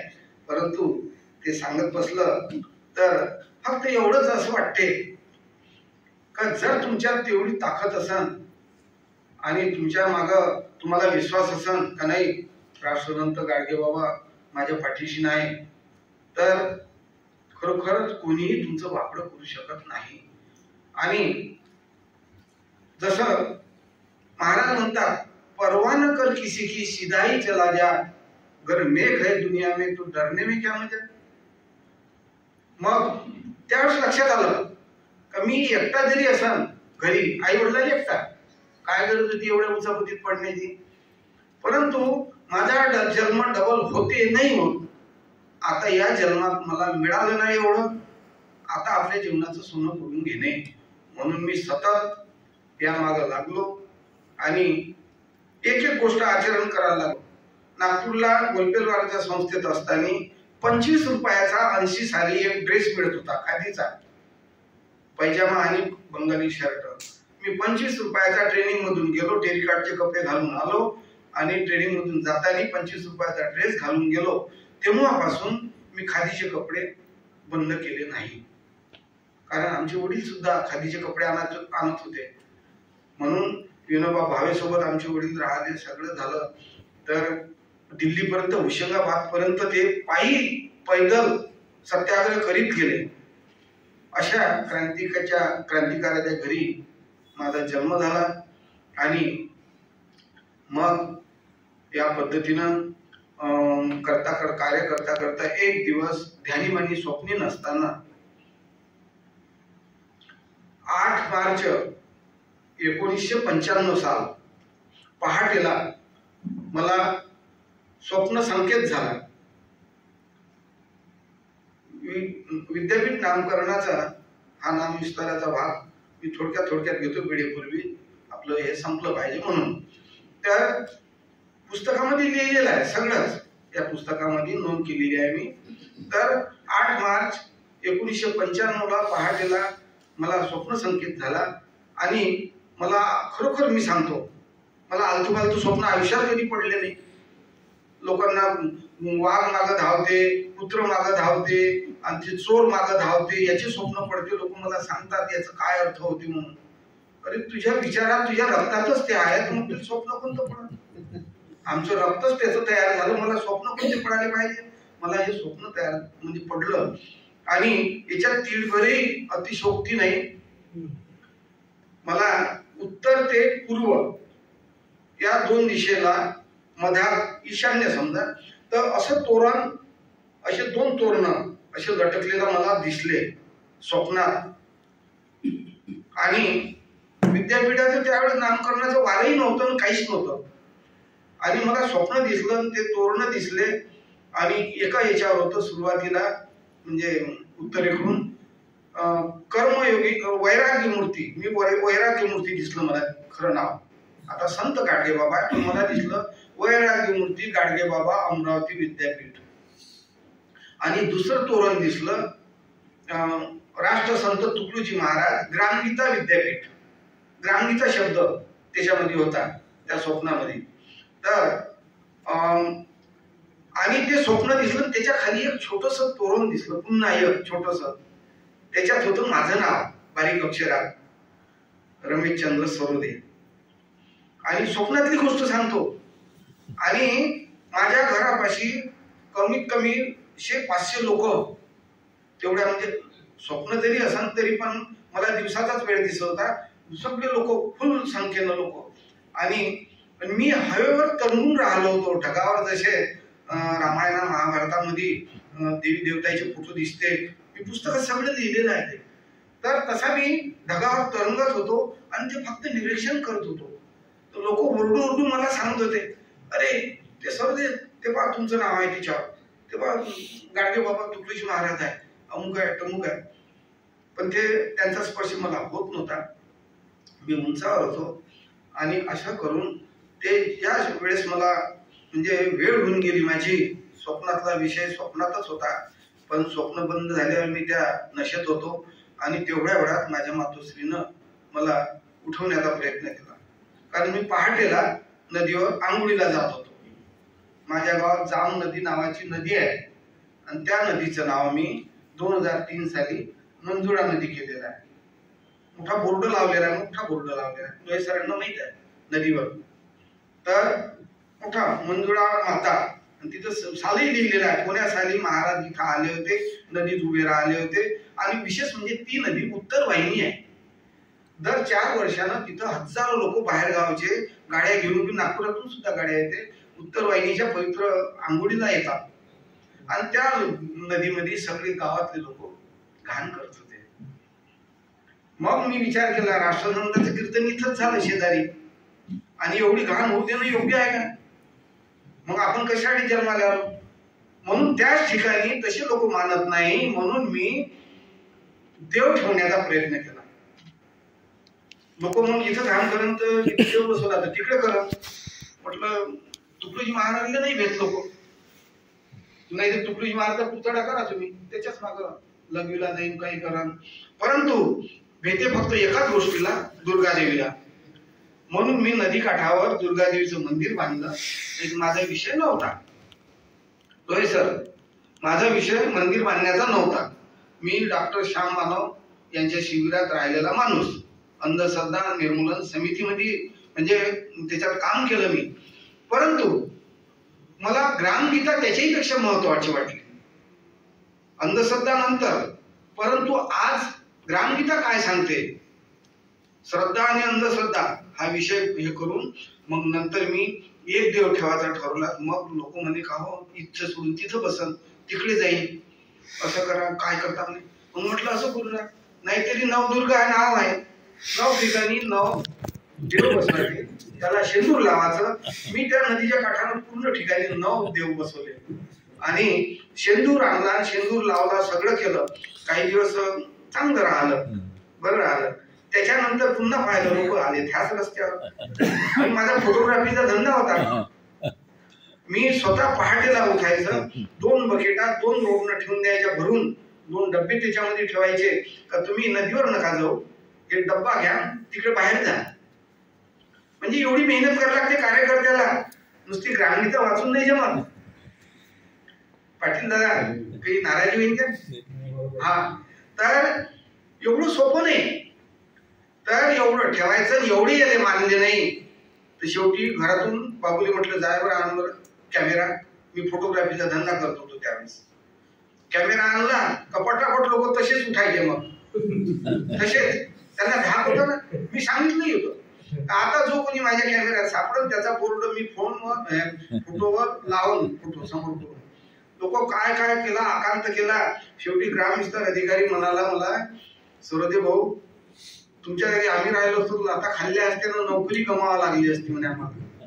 परंतु तुम्हाला लोकांनी नाही त्रास दिला. लोकांना कुठं माहित आहे त्रास दिला. एवढे असून नागपूरच्या मग म्हटलं असे मानत नाही, 9 दगड ठेवले, त्याच्यातही लोक कुत्री येते, कुत्री लघवी करून जाते. शेवटी मग असं करू आपण एखादी देवी बसवू. आणि नागपूरला दगडाच्या देवीसाठी आलो.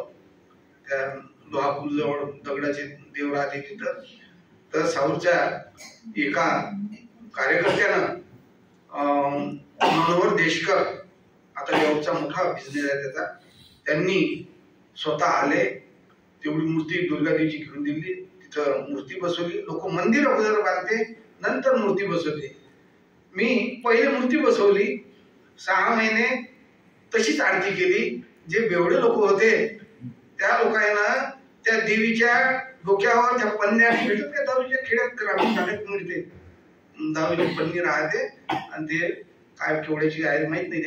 तर त्या 5 पन्न्या देवीच्या डोक्यावर आंघोळ केल्या. एवढी लोक आहे मुजोर. मला जरी किंमत देत असाल, पण माझ्या गावात मुर्दाही निघालेला आहे. हो, तर पुस्तकात सगळं लिहिलेलं आहे. हे फक्त याच्यासाठी सांगणं आहे की कार्यकर्ता नुसता फक्त बोलण्याकरता राहू नये. भाषण सगळ्याला देता येते. तुम्ही म्हणा का हो मग गुरुकुंज आश्रममध्ये तुमचं नाव नाही राहत. डॉक्टर साहेबांना माहित आहे, जयस्वाल साहेबांना, मी कधीही चमचेगिरी केली नाही, कधीच नाही. 4 हात दूर राहिलो. आणि तुम्हाला एवढी माहिती आहे, एवढी नामकरण म्हणून कधीतरी दिसलो का मॅडम? दिसलो कधी विद्यापीठात? नाही. मॅडम आता समजा इथे नवीन असेल, परंतु मी कधी नाही आलो नाही, मी होय म्हणून सांगितलं नाही. आणि एवढं असताना काही लोकांनी पुन्हा माझ्यावर कंप्लेंट आणली. जाता जाता तो मुद्दे सांगून देतो, आता ते नाही जिवंत, ते चांगले गुरुदेवाचे सेवक होते. सरदे दादा म्हणून तुम्ही एक वेळ नागपूरला या. आणि त्यावेळेस विद्यापीठाचं तेवढं हे नव्हतं संपर्क. तर तुमचं म्हणे लोकांना माहीत झालं पाहिजे म्हणजे चित्र, तर विद्यापीठ नामकरणाचा कोण आहे याच्यातला खरा प्रणेता. म्हणून प्रणेताची लायकी तर नाही माझी, पण तरी महाराजनं कृपा केली, इथपर्यंत आणलं. कोण आहे म्हणे, नाही मग भलतेच काही सांगते म्हणे मी होय म्हणून. म्हटलं मग तुमचं काय अडचण काय आहे तुमची? मी म्हटलं काय का ती व्यक्ती नाही आहे म्हणून याच्यात? माझ्या तोंडानं सांगा. मी म्हटलं काय नाही ना, मग तुम्हाला काय अडचण आहे? नाही तुम्ही एक वेळ याच म्हणे, पण ती व्यक्ती मरून गेली, ते राहून गेलं ते काम. तर मी त्यांना म्हटलं तेव्हा जो कोणी म्हणत असन कार्यकर्ता, कारण प्रत्येकाला वाटते मी हे काम केलं, प्रत्येकालाच वाटते. मग तुम्ही काय त्यांचा अधिकार हिरावून घ्या? तर हा डोक्यातून भ्रम निघून जावा. कोणी केलं हे महत्वाचं नाही आणि कोण म्हणते मी केलं हेही महत्वाचं नाही. फक्त झालं ना, आपल्या महाराजांचं नाव या ठिकाणी आलं ना, नाही तर भगव्या टोपीला बसायची काही इथं काही गरज होती का? पहिली 5 दिवस मिळत होती इथं विद्यापीठात आणि छोटे मॅडमांना सुद्धा या ठिकाणी आवडीनं ते आपल्याला एवढं बोलावलं नसतं. परंतु एवढा मोठा आपल्याला भाग्याचा क्षण या प्रसंगी मिळालेला आहे. तर हे डोक्यातून काढून टाकणे, कोण करो काय करो मी करो. आणि मी कधी म्हटलंही नाही का मला सत्कार घ्या का मला कोणा पुरस्कार द्या. एक जण म्हणतो का मला काय राजेहो तुम्ही आमच्या समाजात जर जन्माला आला असते ना म्हणे, आम्ही तुम्हाला भारतभर गाजवलं असतं म्हणे. मी कोण्या समाजात आलो हे कसं तुम्हाला माहित? कोण शोधला तुम्ही माझा समाज? नाही म्हणे तुम्हाला उचलूनच नाही राहिलं म्हणे कोणी. अर्थात तुम्ही मराठ्यात जन्माला आले असं म्हणे. कायच्यातही येऊ जन्माला, परंतु हे नाही विचारलं. पण महाराजांना केवढं विचारलं. आज 10वा वर्ग नापास, एवढ्या पुस्तकाचा मी लेखक झालो. मग गावच्या मास्तरनी आपसात वाद करत होते आमचे. एक दिवस पेपरला आलं विद्यापीठ नामकरणाचे शिल्पकार किंवा प्रणेते अमुक तमुक वर्धेवरून. तर सर कुठे आहे? आपल्या नजरे समोर दिसते. हे कुठं होते, हे काय होते? मग हे म्हणजे ज्या गावात जर एवढं माहित नाही म्हणजे मी किती अलिप्त राहिलो असून याचा विचार तुम्ही करा. कधीच नाही अंगात आणलं. आणि एवढं करूनही तुम्ही तिथं आल्यानंतर, गावाला आल्यानंतर तुमच्या लक्षात येईल सकाळी ओटे खोसले, विडा घेतला, गांगरगवत कापणं, कोणतं काही करणं, ते देवड्या परिसरातला भाग वगैरे काढणं, खराटा घेतला का आपलं झाडझूड करणं, जे कराल ते. अशा पद्धतीनं मी कामं केलेले आहेत. म्हणून या ठिकाणी महाराज अत्यंत खुश झाले माझ्यावर, असं माझा समज. हा स्वप्न संकेत झाला त्याच्यामुळे झाला. आणि म्हणूनच त्यांनी निवडलं कोणत्या माणसाला निवडावं आपण, कारण बाकीची तर अंगात आणणार आहे आणि हाच गाडगे महाराज सारखा पडून जाणार आहे. म्हणून महाराजांनी माझी निवड केली, माझ्या डोक्यात हे घातलं आणि तसंच मी पहाटेला नदीवर आंघोळीला गेलो. तिथून निश्चय केला, त्याच दिवशी ठरवलं की आता कोणी येऊ अगर आपल्या पाठीमागं न येऊ तरी पण आता आपण हे आंदोलन पुढे चालवायचं. आणि जवळजवळ 95 पासून जवळजवळ 98-99 पर्यंत मी एकटाच फिरत राहिलो. पण ज्यांना मोठे मोठे लोक म्हणतो आपण प्रवचनकार कीर्तनकार, यांनी शपथच घेतली होती की याला उचलायचं नाही, याचं नाव घ्यायचं नाही, कुठं दाबण्याचा प्रयत्न केला. दाबण्याचा म्हणजे बळीराजाला जसं लाट ठेवली ते त्या डोक्यावर, तशी लाटच माझ्या डोक्यावर ठेवली. एवढी बोलण्याची माझी हिंमत आहे कारण मी सगळे अनुभव माझ्याजवळ जमा केलेले आहेत. पुस्तकात कमी लिहिले काय काय चटके बसले तर अशा पद्धतीनं एवढं केलं. गावगावी जायचं, कागद द्यायचा, घ्या नाव दादा, घ्या नाव दादा, घ्या नाव दादा. एक शब्द बोला ना. तुम्ही 3 तास कीर्तन करता तर 2 मिनिट बोला. पण नाही, का नाही तर त्यांच्या घरच्या चांगल्या कोंबड्यानं ह्या भाग द्यायला पाहिजे आणि ह्या भिकाऱ्याच्या झोपडीतला कोंबडा ह्या ओरडून राहिला म्हणून त्याच्यावर टोपलं झाकून ठेवायला पाहिजे अशी त्यांची इच्छा होती. पण त्यांना हे माहित नाही टोपलं झाका का डालं झाका का काही झाका, पण तो कोंबडा तेव्हा भाग देणारच टाइम झाला. आणि माझ्या डोक्यात महाराजांनी एवढं विचार घातले, एवढं मोठं झालं. मग राहिला प्रश्न, आता मी डॉक्टर साहेबांना सांगितलं जेव्हा हा खर्च करायचा होता, खर्च कसा केला, कोणाचाही इथं उपस्थित असणाऱ्या गुरुदेव शामळेच्या लोकांना माहित आहे. मी कोणाचाही मॅडम कोणाचाही 1 रुपया घेतला नाही. एवढं मोठं 2 विद्यापीठ, आता आपल्याला राष्ट्रसंत तुकडोजी महाराज नागपूर विद्यापीठ दिसत असेल, पण कर्मयोगी गाडगेबाबा अमरावती विद्यापीठ हे सुद्धा या आंदोलनात मी चालवलं. एक नया पैसा कोणाचा घेतला नाही आणि कोणाला लाजीम नाही तर मग कोण म्हणलंही असतं. जोगेंद्र कवाडेने म्हटलं होतं ना, प्राध्यापक जोगेंद्र कवाडेने, घरी नाही पीठ आणि मागते विद्यापीठ. पुस्तकात लिहिलं मी ते, बाबा याच्या घरी खायची सोय नसेल म्हणून ह्या इकडे काहीतरी वर्गण्या जमा करते आणि म्हणूनच बांधते. म्हणून कोणाचा एक पैसा घेतला नाही. हा पैसा कसा जमा झाला तर माझी बहीण सर्व्हिसला लागली कलेक्टर ऑफिसला, तिनं कधी म्हटलं नाही असं पूर्ण पगार या कामी महिन्याचा. त्याच्यानंतर माझ्या वडिलांना पेन्शन सुरू झाली, मीच धावपळ केली त्याच्यात. पेन्शन सुरू झाली, ते पैसे माझ्या वडिलांनी कधी मला हिशोब नाही घेतला का तू कसं काय करतो म्हणून. त्याच्यानंतर मी फोटोग्राफीचा धंदा करत होतो तो, आणि मी 8 एकर शेती विकली. 8 एकर शेती होती माझ्याजवळ. 8 एकर शेती विकली आणि तो पैसा या कामात लावला. म्हणून गावातला कोणताही माणूस असो किंवा ऑल इंडियातला कोणताही माणूस असो कधीही स्वप्नातही असं म्हणणार नाही यानं पैशाची वर्गणी केली. आणि स्वतः मी पेंटर होतो, फोटोग्राफर तर होतो, पेंटर होतो. निवडणुकीतले वाघ महाराजांनी सांगितलं मधुरीच्या गुरुकुंजाच्या स्टेजवर, हा माणूस मोठा कलाकार होता, याचं अक्षर खूप सुंदर होतं. मी निवडणुकीतले बॅनर, त्यावेळेस असे डिजिटल बॅनर नव्हते, असे कपड्यावर नागूंच्या कपड्यावरचे बॅनर होते. मी ते आणायचं निवडणूक संपल्यानंतर आणि ते धुईधाय करून त्याला कडक करून त्याच्यावर निडीनं मी स्वतः बॅनर करत होतो विद्यापीठ नामकरणाचे. आणि ते बॅनर माझे गुरुकुंजाच्या कार्यक्रमात येऊन चोरीला जात होते. ज्ञानेश्वर दादा फोटो नाही सांगत, असे मी लावायचो आणि चोरून घेऊन जायचे, कुणी जाऊ द्या घेऊन. तर अशा पद्धतीनं मी हे आंदोलन चालवलं. मग राहिला प्रश्न समाधीजवळ बसायचा तर त्यावेळेस सुद्धा खूप आठापिठा झाली. 10 बाय 10ची रूम तयार करून दिली मला. बाहेरची मंडळी येऊ शकते कुणी जर येत असेल तर तिकडे. तर त्यावेळेस आपल्याला शॉर्ट मध्ये घ्यावं लागणार आहे, आता वेळ संपत आली. तर अशा पद्धतीने हे आंदोलन बॅनर लिहून, हाताने पत्र लिहून, हजारो पत्र, फक्त पोस्टाचं एक उदाहरण सांगून देतो. आणि मग जेव्हा एका दिवशी विदर्भातल्या मंत्र्यांना किंवा आमदारांना, खासदारांना पत्र द्यायचं होतं, कमीत कमी 10,000 ते 12,000 रुपयाची पोस्टेज लागत होतं.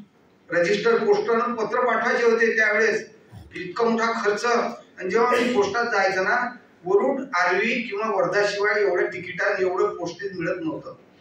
ते लोकांना मी जेव्हा मागत होतो पोस्टेज वगैरे, ते माझे डोक्यापासून पायापर्यंत निरीक्षण करत होते. पगडी टोपी नव्हती घालत मी तेव्हा, मी साधत होतो बिना टोपीचा. तर त्यांनी विचार केला, तुम्ही धंदा करता का, तुम्ही एवढं पोस्टेज कशासाठी देता, म्हणजे तुमचं नाव लिहून द्या, तुम्ही असं करा. म्हटलं बा तुम्ही काही भानगडीत पडू नका. त्यांना काही कंप्लेंट कदाचित होऊ शकते, कमिशन घेत असाल किंवा काही लोकांकडून जास्त पैसे लुटत असाल. म्हणलं तुम्ही या भानगडीत पडू नका, तुम्ही फक्त देऊन द्या, मग दाखवून त्यांना हे का. हे म्हणलं आंदोलन मी स्वतः चालवतो. त्यांनी मात्र खूप सहकार्य केलं मला. वर्धेच्याही पोस्टात आमचे होरे दादा होते, त्यांनी सुद्धा सहकार्य केलं, ज्ञानेश्वर दादा होरे.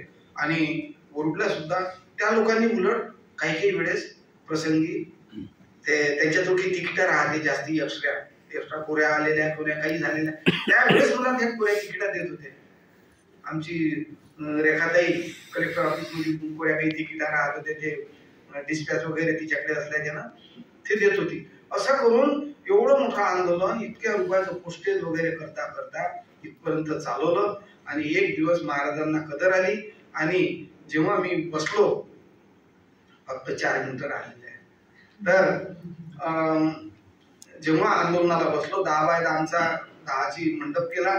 मग मी नाराज झालो पोथीगुरुजीजवळ, वाघ महाराज म्हणे इथं बसू नका, ट्रकनं तुम्ही चेंदून जा, मरून जा. म्हणलं तुम्ही अंदर बसा, मी बाहेर बसतो एकटाच, मी मेलो तरी चालत.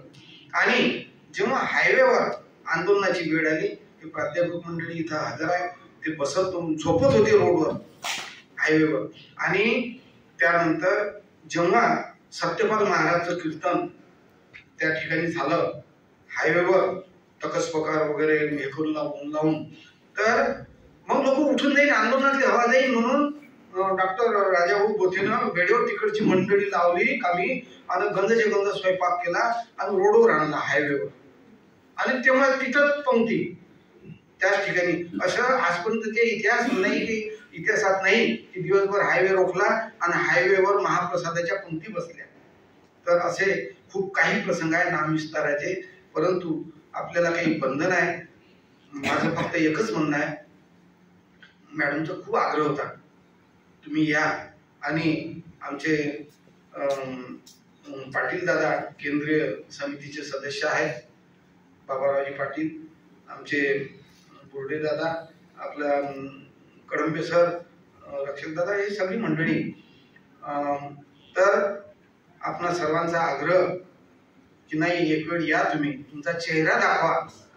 तर मी आज चेहरा तुम्हाला आज जरी दाखवला पण महाराजांनी माझा चेहरा केव्हाचाच नोंद केलेला आहे. आणि भाऊ तुझे म्हणाले होते एका कार्यक्रमात, जब तक सूरज चांद रहेगा म्हणे रमेश भाऊ तब तक तुम्हारा नाम रहेगा. म्हणजेच अर्थात विद्यापीठ तोपर्यंत आहे, विद्यापीठ आहे तर मग आता आहे आपण झालं. मग तुम्ही सांगा 10वा वर्ग शिकलेला व्यक्ती किंवा घरी कायची सोय नसताना, एवढं असताना मी एवढं करू शकलो नसतो. माझ्या आईचं नाव मी जाता अवश्य घेईन. मी सर्वाधिकारी लक्ष्मणदादा गमे यांनी भाषणात उल्लेख केला, माझ्या पुस्तकाच्या प्रस्तावनेत आहे त्यांनी लिहिलं.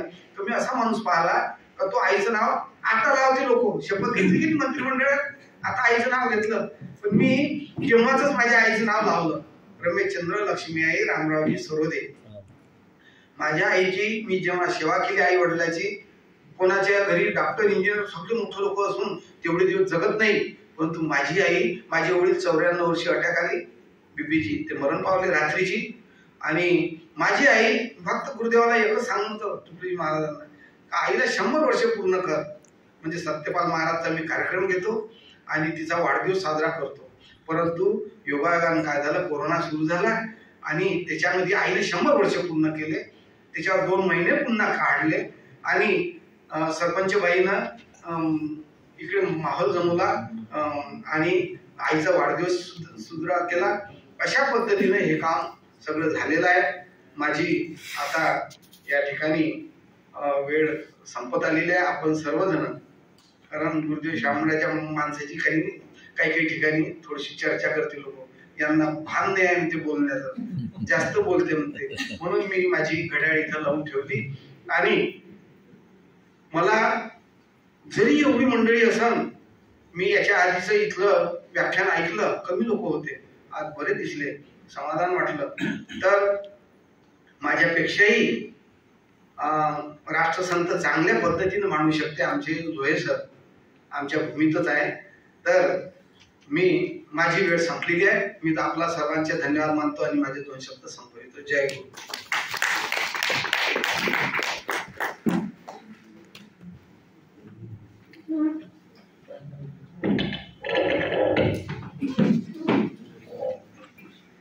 धन्यवाद सर. आपल्या व्याख्यानातून आपण प्रासंगिक उदाहरणाला नागपूर विद्यापीठाचा नाम विस्तार या संबंधी केलेल्या व्याख्यानातून सभागृहात उपस्थित सर्व श्रोतेगणांना जी माहिती दिली, त्या माहितीद्वारे विद्यापीठाच्या नामविस्तारासाठी आपण केलेली प्रयत्नांची पराकाष्ठा व एकूणच संपूर्ण प्रक्रियेचे चित्र सर्वांच्या डोळ्यासमोर उपस्थित राहिले. यानंतर मी आजच्या कार्यक्रमाला लावलेले प्रमुख अतिथी माननीय डॉक्टर सुभाष लोहे सर यांना त्यांनी आपलं मनोगत व्यक्त करावं अशी विनंती करते.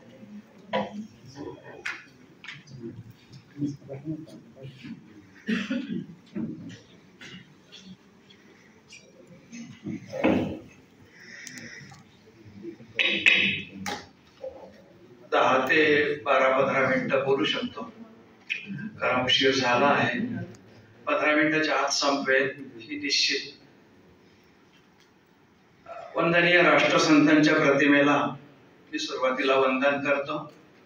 मंचावर उपस्थित या नामांतराचे प्रणेते श्री रमेशचंद्रजी सरोदे, या इथे उपस्थित असलेले अधिष्ठाता डॉक्टर कोरेटी सर आणि अध्यासनाच्या ज्या प्रमुख आहेत त्या डॉक्टर विजयलक्ष्मी थोटे, उपस्थित सर्व गुरुदेवाचे उपासक बंधू आणि भगिनी, वंदनीय राष्ट्रसंत तुकडोजी महाराजांचं नाव या विद्यापीठाला आजच्या दिवशी 2005 साली हे प्राप्त झालेला आहे. तो नामांतरणाचा जो लढा आहे तो रमेशचंद्र सरवदेजींनी चालवलेला आहे. अशा या कार्यक्रमामध्ये मला प्रमुख पाहुणा राहण्याचं एक भाग्य लाभलेलं आहे. मी अध्यासनाच्या प्रमुख आहे, त्यांचा मी खरोखर आभारी आहो. कारण जीवनामध्ये असे योग येत असतात की जे अविस्मरणीय असतात आणि हा जो वर्धापन दिनाचा कार्यक्रमात उपस्थित राहण्याचं खरंच सद्भाग्य लाभलेलं आहे. वंदनीय राष्ट्रसंतांच्या या सगळ्या प्रणालीमध्ये माणूस कसा घडतो, कार्यकर्ता कसा घडतो, त्याचं जिवंत उदाहरण म्हणजे रमेशचंद्र सरवदे आपल्या समोर आहेत. राष्ट्रसंतांचा हा जो सगळ्या जीवन कार्यक्रम प्रणाली आहे ती चालवणारी मंडळी आपल्या समोर बसलेली आहे आणि एकंदरीतच हे सगळी जी प्रणाली आहे, गुरुदेव प्रणाली आहे, ही अव्याहतपणे सुरू आहे याचाही मोठा आनंद होतो. वंदनीय राष्ट्रसंतांनी किती विचार केला असेल या समाजाचं जागरण करायचं. तो जो कालखंड आहे तो कालखंड तर ब्रिटिशांच्या गुलामगिरीचा होता आणि वंदनीय राष्ट्रसंत तपश्चर्या करीत होते. ते जंगलामध्ये होते, चंद्रपूर जिल्ह्यातल्या गोंदोळा इथे तपश्चर्या करीत होते. परंतु चिंतन समाजाचं होतं आणि चिंतन राष्ट्राचं होतं.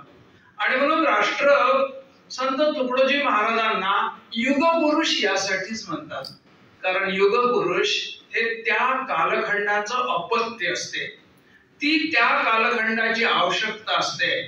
आणि पुढचं जे युग त्यांना निर्माण करायचं असते ते युग कसं निर्माण केलं त्यांनी, तर आपल्या हाती ग्रामगीता दिलेली आहे आणि सांगितलेलं आहे की हा जो समाज आहे, समाजातला जो माणूस आहे, तो माणूसच स्वराज्याचं रूपांतरण सुराज्यामध्ये करणार आहे.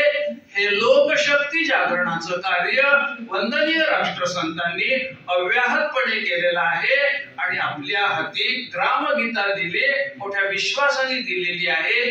हे कार्य सतत पुढे चालू राहावं. कार्यकर्ता घडवण्यासाठी वंदनीय राष्ट्रसंतांनी दैनंदिन सामुदायिक प्रार्थनेची सुरुवात केली. ही प्रार्थनेची सुरुवात करताना या महापुरुषाने किती विचार केला असेल. हा समाज आहे, या समाजात मला काम करायचं आहे आणि या समाजाचा जो सहज स्वभाव आहे तो परमेश्वर भक्तीचा आहे.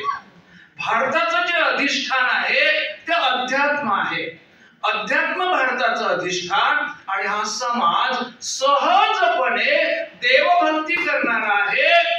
आणि मग प्रार्थनेला ज्या वेळेला हा उपासक बसतो आहे त्याच वेळेला परमेश्वराचं स्तवन म्हणतो आहे.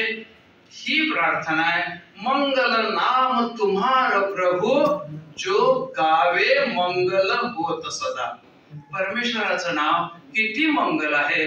जो परमेश्वराचं नामस्मरण करतो तर तो जीवनच मंगलमय होऊन जाता. आणि ही मंगलमय जीवनाची उदाहरणं या गुरुदेव प्रणालीमधून जे हजारो कार्यकर्ते निर्माण झालेले आहे ते साक्षात उदाहरण आहे. आणि मग पुढे इथे देवाचं प्रतिष्ठान आहे, देवभक्ती आहे. या देवभक्तीतून वंदनीय राष्ट्रसंत या उपासकाला समाज भक्तीमध्ये घेऊन जातात. या समाजाचं किती मन मोठं आहे. या हिंदुस्थानच्या समाजाच्या मनाचा परिचय या प्रार्थनेच्या पहिल्या कडव्यातच होतो आहे.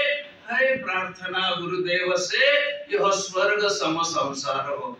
आम्ही माझ्यासाठी प्रार्थनाच नाही करायची, स्वतःसाठी प्रार्थनाच नाही करायची.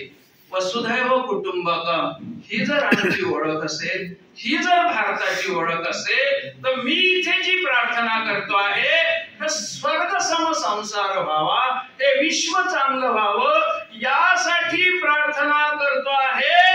या भारतीय माणसाच्या विशाल मनाचा जो परीघ आहे तो इतका विशाल आहे, इतका विशाल आहे, सारं विश्व त्याच्यामध्ये सामावलेलं आहे. ही आठवण, ही प्रार्थना आपल्याला रोज रोज करून देते आहे. या प्रार्थनेतून कार्यकर्ता निर्मिती आहे आणि म्हणून परमेश्वराला मागणं आहे. मग त्यामध्ये परमेश्वराचं नामस्मरण करायचं आहे. तर गा रहे प्रभु नाम पर, प्रभु तत्व पाने के लिए. परमेश्वरा, मी कशासाठी नामस्मरण करतो? तर माझ्यामध्ये परमेश्वरी गुण आले पाहिजे. का आले पाहिजे? कारण या समाजाचा मी घटक आहे, या समाजाची सेवा, या राष्ट्राचा मी घटक आहे, या राष्ट्राची सेवा माझ्या हातून घडावी, यासाठी मला गुण दे, परमेश्वरी गुण दे. अशा प्रकारे या सामान्य उपासकाला ही प्रार्थना देवभक्तीतून समाज भक्तीकडे आणि समाज भक्तीतून शेवटी आम्ही घोषणा करतो, सब संतन की जय. इथे भारत मातेचा पुन्हा परिचय आहे. संतांच्या वास्तव्याने पुनीत झालेली ही भारत माता आहे, ही पुण्यभूमी आहे. या भारत मातेचा रोज जय जयकार. भारत माता की जय. वंदनीय राष्ट्रसंत या सामान्य उपासकाला देवभक्तीतून देशभक्तीकडे सहजपणे घेऊन जातात, सहजपणे घेऊन जातात. यातूनच राष्ट्र मोठं होत असते. राष्ट्र निर्माणाचा हाच प्रयोग असतो. राष्ट्र निर्माण म्हणजे भूमीविषयीची श्रद्धा, संस्कृतीविषयीची श्रद्धा राष्ट्राला बलशाली बनवण्याचं कार्य करीत असते. या देशावर पारतंत्र्य आहे, सामान्य माणसाला आंदोलनात सहभागी करून घ्यायचा आहे. यासाठी या भारताचा परिचय करून द्यावा लागेल, सामान्य माणसाला परिचय करून द्यावा लागेल. आणि म्हणून वंदनीय राष्ट्रसंत भजन कोणतं म्हणतात? प्यारा हिंदुस्तान है, गोपालों की शान है. ही भूमी कोणाची आहे? परमेश्वराची भूमी आहे. साक्षात गायीचं पालन करणाऱ्या भगवान कृष्णाची भूमी आहे. बालवीर उठ तुम तो ऋषियों की संतान है. प्राचीन राष्ट्राचा परिचय वंदनीय राष्ट्रसंत तत्कालीन समाजाला करून देतात. अरे हा देश तुमचा गुलामगिरीतच कसा? हा तर देश भगवान कृष्णाचा आहे. यहाँ पर भी हनुमान थे, अर्जुन से बलवान थे. काय इथे पारतंत्र्य आलं? हा प्रश्न प्रत्येक जण आपल्या मनाशी विचारतो आहे आणि स्वातंत्र्याच्या आंदोलनामध्ये गोडी घेतो आहे. संघटन उभं करायचं आहे. वंदनीय राष्ट्रसंतांना लोक कसे जमवायचे, या इथे परंपरेतून आलेल्या ज्या गोष्टी आहेत. आणि म्हणून सालबर्गीला यज्ञ, हजारो लोक जमले आणि त्याचंच रूपांतरण वंदनीय राष्ट्रसंतांनी संघटनेमध्ये केलेलं आहे. पुढे जेव्हा सगळं प्रेम वाढावं, देशाविषयीचं प्रेम वाढवावं, भूसांस्कृतिक राष्ट्रवाद किंवा भूसांस्कृतिक राष्ट्रीय भावना या लोकांमध्ये निर्माण व्हावी, त्यासाठी शब्द कशा अंतःकरणातून बाहेर पडतात राष्ट्रसंतांच्या.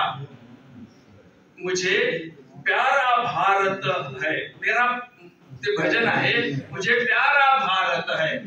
गंगा सम यहाँ पवित्र नदिया. माझं चुकेल काहीतरी शब्द, मी पाठ केलेलं होतं. गंगा सम यहाँ पवित्र नदिया, जिनका क्षेत्र किनारा. अरे आमच्या इथे या पवित्र नद्या आहेत, गंगेसारख्या पवित्र नद्या आहेत, ज्यांच्या किनाऱ्यावर तीर्थक्षेत्र आहेत. या तीर्थक्षेत्रांचं दर्शन आम्ही घेतो, म्हणजेच भारत मातेचं दर्शन घेतो. ही भारत माता वंदनीय आहे, ही पुण्यभूमी आहे. या पुण्यभूमीचं दर्शन घेतो आहे.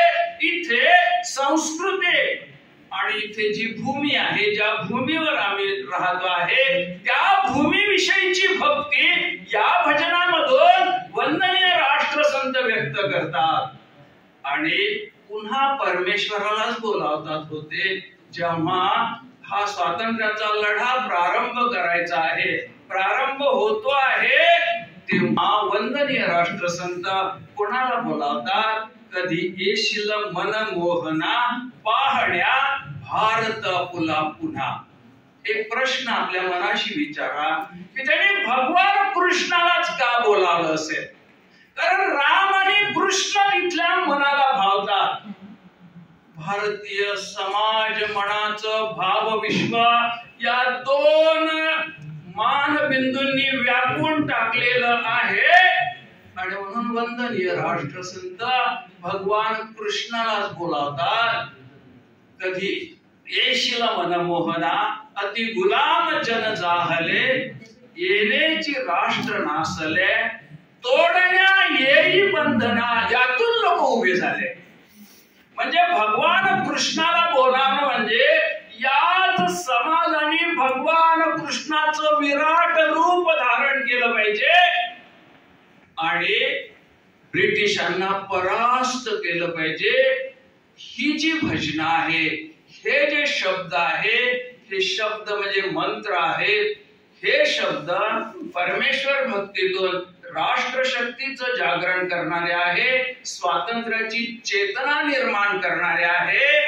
हे सगळं आपण वंदनीय राष्ट्रसंतांच्या या चरित्रामध्ये बघतो आहे. पुढे देशाला स्वातंत्र्य मिळालेलं आहे. स्वातंत्र्य मिळाल्यानंतरही वंदनीय राष्ट्रसंत देशभक्तीचं जागरणच करतात. 1947 ला देश स्वतंत्र झाला. 1953 ला पंढरपूरला तीर्थक्षेत्री ग्रामगीता लिहिण्याचं काम प्रारंभ करतात. ज्ञानेश्वर माऊलीची आठवण करतात. पंढरपूरच्या विठ्ठलाला साक्षी ठेवतात. ग्रामगीता लिहितात आणि ही ग्रामगीता आपल्या हाती अर्पण करतात. आणि त्याही पुढे हा देश कसा घडावा याचा प्रयत्न करत असताना ते म्हणतात प्यारा हिंदुस्थान. म्हणजे ते जेव्हा ते भजन म्हणतात, हा जो देश आहे त्या देशावर दुश्मनांची नजर नाही लागली पाहिजे. मेरे प्यारे सुंदर भारत पर दुश्मन की नजर ना लगे.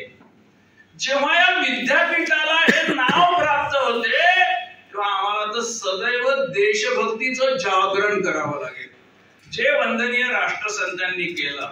नामकरण कशासाठी करावं लागतं? कारण त्या महापुरुषाचं चरित्र आणि चारित्र्य, त्या महापुरुषाचं जे जीवन कार्य आहे ते जीवन कार्य आमच्या डोळ्यासमोर सदोदित राहावं यासाठी हे नामकरण करावं लागतं. आणि याच भजनामध्ये वंदनीय राष्ट्रसंत आम्हाला दिशा देतात. ती दिशा आहे चरित्र भारत का है धन. कुठला आधार आहे भारत निर्माणाचा? इथे मोठमोठी चरित्र निर्माण झाली. महापुरुष, साधू संत, ऋषीमुनी, ज्या लोकांनी या भारत मातेला विश्वाच्या गुरुस्थानी विराजमान केलेलं होतं, ते चरित्र आमचं धन आहे, ती आमची संपत्ती आहे. आणि दुसरी ओळ आहे चरित्र भारत का है धन विशाल भारत का है मन. अरे ही आध्यात्मिक भूमी आहे. इथल्या प्रत्येक माणसाचं मन विशाल आहे. या आधारावर भारत निर्माण करायचं आहे. कहता तुकड्या नया जमाना नवनिर्माण करेंगे हम. आणि शेवटी आपणा समोर एक आकांक्षा ठेवतात. आम्हाला पुढे पुढे जायचं असतं, राष्ट्र निर्माण करायचं असतं. आणि मग राष्ट्रवंदनेमध्ये ते म्हणतात तन मन धन से सदा सुखी हो भारत देश हमारा. माझा देश, माझा भारत हा निरोगी भारत असावा, माझा भारत आध्यात्मिक भारत असावा आणि माझा भारत भौतिक दृष्ट्या समृद्ध भारत असावा. अशा भारत मातेचा जय जयकार व्हावा, त्यासाठी मला कार्य करायचं आहे. त्यासाठी वंदनीय राष्ट्रसंतांच्या साहित्याचं चिंतन करायचं आहे. नवयुग निर्माण या आधारावर करायचं आहे.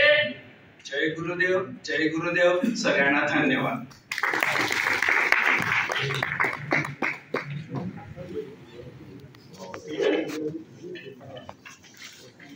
युगपुरुष हा कालाचं पथ्य असतं. हा अनमोल संदेश आपण दिलेला आहे. अत्यंत प्रभावी वाणीतून आपण आपले विचार मांडले. धन्यवाद सर. यानंतर लढा विद्यापीठ नामकरणाचा लेखक रमेशचंद्र सरोदे या पुस्तकांचं विमोचन मानवी विद्याशाखेचे अधिष्ठाता डॉक्टर श्याम कोरटे सरांनी करावे अशी मी त्यांना विनंती करते.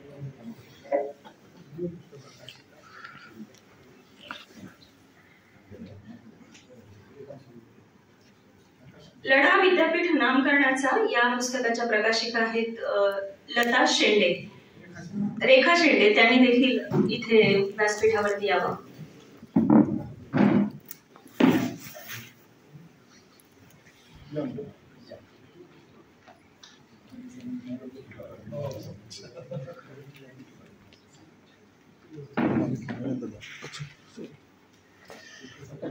सांगणार आहे एवढं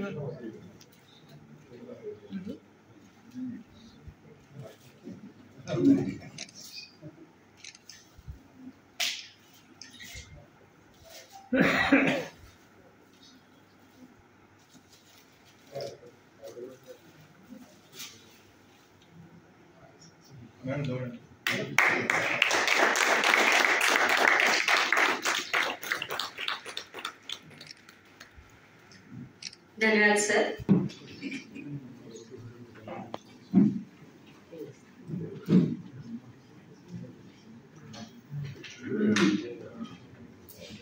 राष्ट्रसंत तुकडोजी महाराजांना अभिवादन करतो. राष्ट्रसंत तुकडोजी महाराज नागपूर विद्यापीठ नागपूर आणि राष्ट्रसंत तुकडोजी महाराज अध्यासन यांच्या संयुक्त विद्यमाने आयोजित आजचा हा कार्यक्रम विद्यापीठ नागपूर विद्यापीठाचा नामविस्तार. खऱ्या अर्थाने सरोदे सरांनी जो लढा उभारलेला होता नागपूर विद्यापीठाला नामकरण करण्याचा, नामविस्ताराचा, त्या दृष्टिकोनातून अध्यासनाने जी भूमिका वठवलेली आहे, फक्त आम्ही कर जुळवण्यासाठी हा कार्यक्रम इथे उपस्थित केलेला आहे.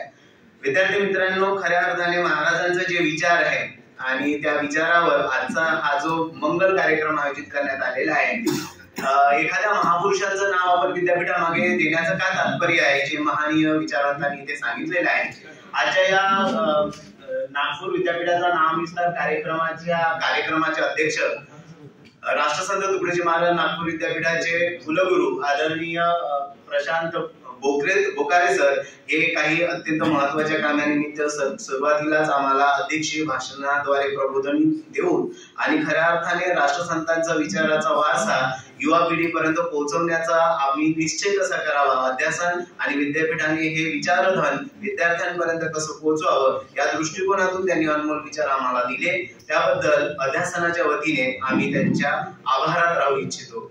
आजच्या या कार्यक्रमाचे प्रमुख अतिथी आदरणीय डॉक्टर सुभाष लोहे सर, संयोजक संत विमर्श महाराष्ट्र राज्य, यांच्या वाणीतून निघणारा प्रत्येक शब्द राष्ट्रसंतांच्या वाणीचा आहे आणि त्या वाणीमय आवाजाने आणि वाणीमय वक्तव्याने आम्ही सर्वजण भारावून गेलो. खऱ्या अर्थाने त्यांनी ज्या पद्धतीने तन मन धन से सदा सुखी हो भारत देश हमारा, आणि खऱ्या अर्थाने या देशाकडे कोणाची वाकडी नजरही जाऊ नये यासाठी अनमोल वचन त्यांनी ज्या पद्धतीने आम्हाला दिले, त्यांच्या त्या अनमोल वचनाचे आपण सर्व साक्षीदार आहोत. मी अध्यासनाच्या वतीने त्यांच्या सदैव आभारात राहू इच्छितो. खऱ्या अर्थाने आजच्या कार्यक्रमाचे प्रमुख ज्यांना आपल्याला म्हणता येईल, माननीय श्री रमेशचंद्र सरोदे सर, मानव जुडो संघटन सरचिटणीस, यांनी जे प्रयत्न केले आणि ज्या पद्धतीने तनमन धनातून कोणाही समोर 1 रुपयाची कधी मागणी न करता आपण घरावर तुळशी पत्र ठेवण्याचा जेव्हा विचार करतोय तेव्हा आपल्याला 10 विचार करावा लागते. मला खऱ्या अर्थाने या माणसाला अध्यासनाच्याच नव्हे तर आमच्या सर्व मानव जातीच्या वतीने नमन करावं असं वाटतं की खरंच माणूस असाही आपल्या एकूणच विचाराच्याही पल्याचा विचार करतोय की आपल्या या महान पुरुषाचा विचार राष्ट्रसंत तुकडोजी महाराज नागपूर विद्यापीठाच्या वतीने कुठेतरी ओळखला जावं आणि त्यांनी जी लढाई केली आणि त्यासाठी जी खस्ता त्यांनी खाल्लेली आहे आणि ज्याप्रमाणे त्यांनी म्हटलं की वैराग्य मूर्तीसारखं त्यांचं स्वरूप आहे, काम करायचं आणि पडद्याच्या आड चाललं जायचं. आज माणसं पडद्याच्या समोर कसं येता येईल यासाठी कृती करतात, यासाठी ते कृतीशील बनतात. पण खरं नमन त्यांना आहे की ते नेहमी पडद्याच्या मागे राहिले. आम्ही विचारच करत होतो की सर्वोदय जागा कोणती आहे, कशा पद्धतीने त्यांनी नामांतरणाचा लढा उभारलेला असेल, कशा पद्धतीने राष्ट्रसंतांचं नाव आमच्या विद्यापीठाला दिलेलं असेल. आम्ही खरोखर दादा तुमचे शतशः आभारी आहोत. आणि राष्ट्रसंतांच्या नावाने हा जो वारसा आम्ही विद्यार्थ्यांपर्यंत पोहोचवतोय, खऱ्या अर्थाने मॅडम असेल, आम्ही सर्व जे अध्यासनामध्ये शिकवणारे शिक्षक असू, आमची तेवढी ख्याती नाही आणि आमची तेवढी प्रज्ञाही नाही. महाराजांना समजून घेण्यासाठी आपण ज्या प्रमाणे गुरुदेव प्रेमी अख्खं आयुष्य समर्पित केलेलं आहे, आम्ही फक्त त्याचे साक्षीदार होऊन आमच्या वतीने फक्त पाकळ्या कुठेतरी मोजण्याचं काम करतो आहे. आणि ह्या पाकळ्याच्या वतीने आजचा हा कार्यक्रम घडून आणला. फार चांगल्या पद्धतीचा ह्या कार्यक्रमाला आपण सर्वजण आलात, साक्षीदार झालात.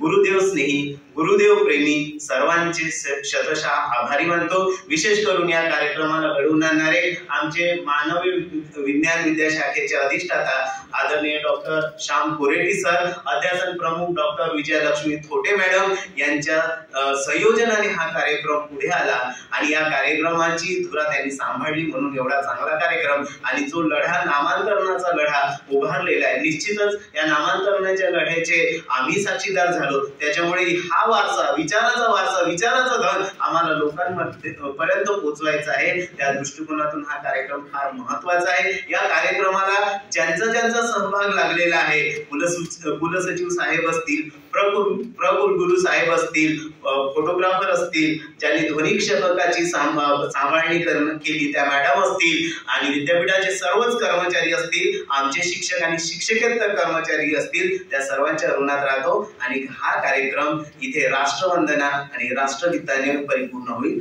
असं मानतो.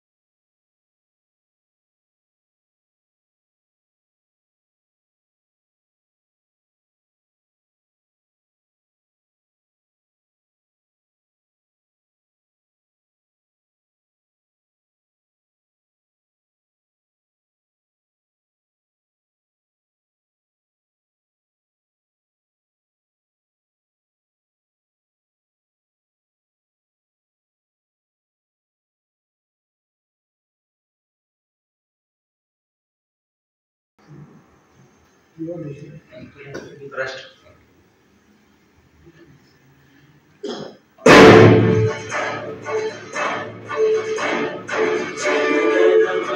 अधिनायक जय हे भारत भाग्य विधाता, जाग सिंध गुजरात मराठा द्राविड उत्कल बंग, विंध्य हिमाचल यमुना गंगा उचल जलधि तरंग, तव शुभ नामे जागे तव शुभ आशीष मागे, गाए तव जय गाथा, जनगण मंगलदायक जय हे भारत भाग्य विधाता, जय हे जय हे जय हे जय जय जय जय हे। गुरुदेव की जय गुरुदेव की जय गुरुदेव की जय माता की जय वंदनीय राष्ट्रसंत श्री तुकडोजी महाराज की जय।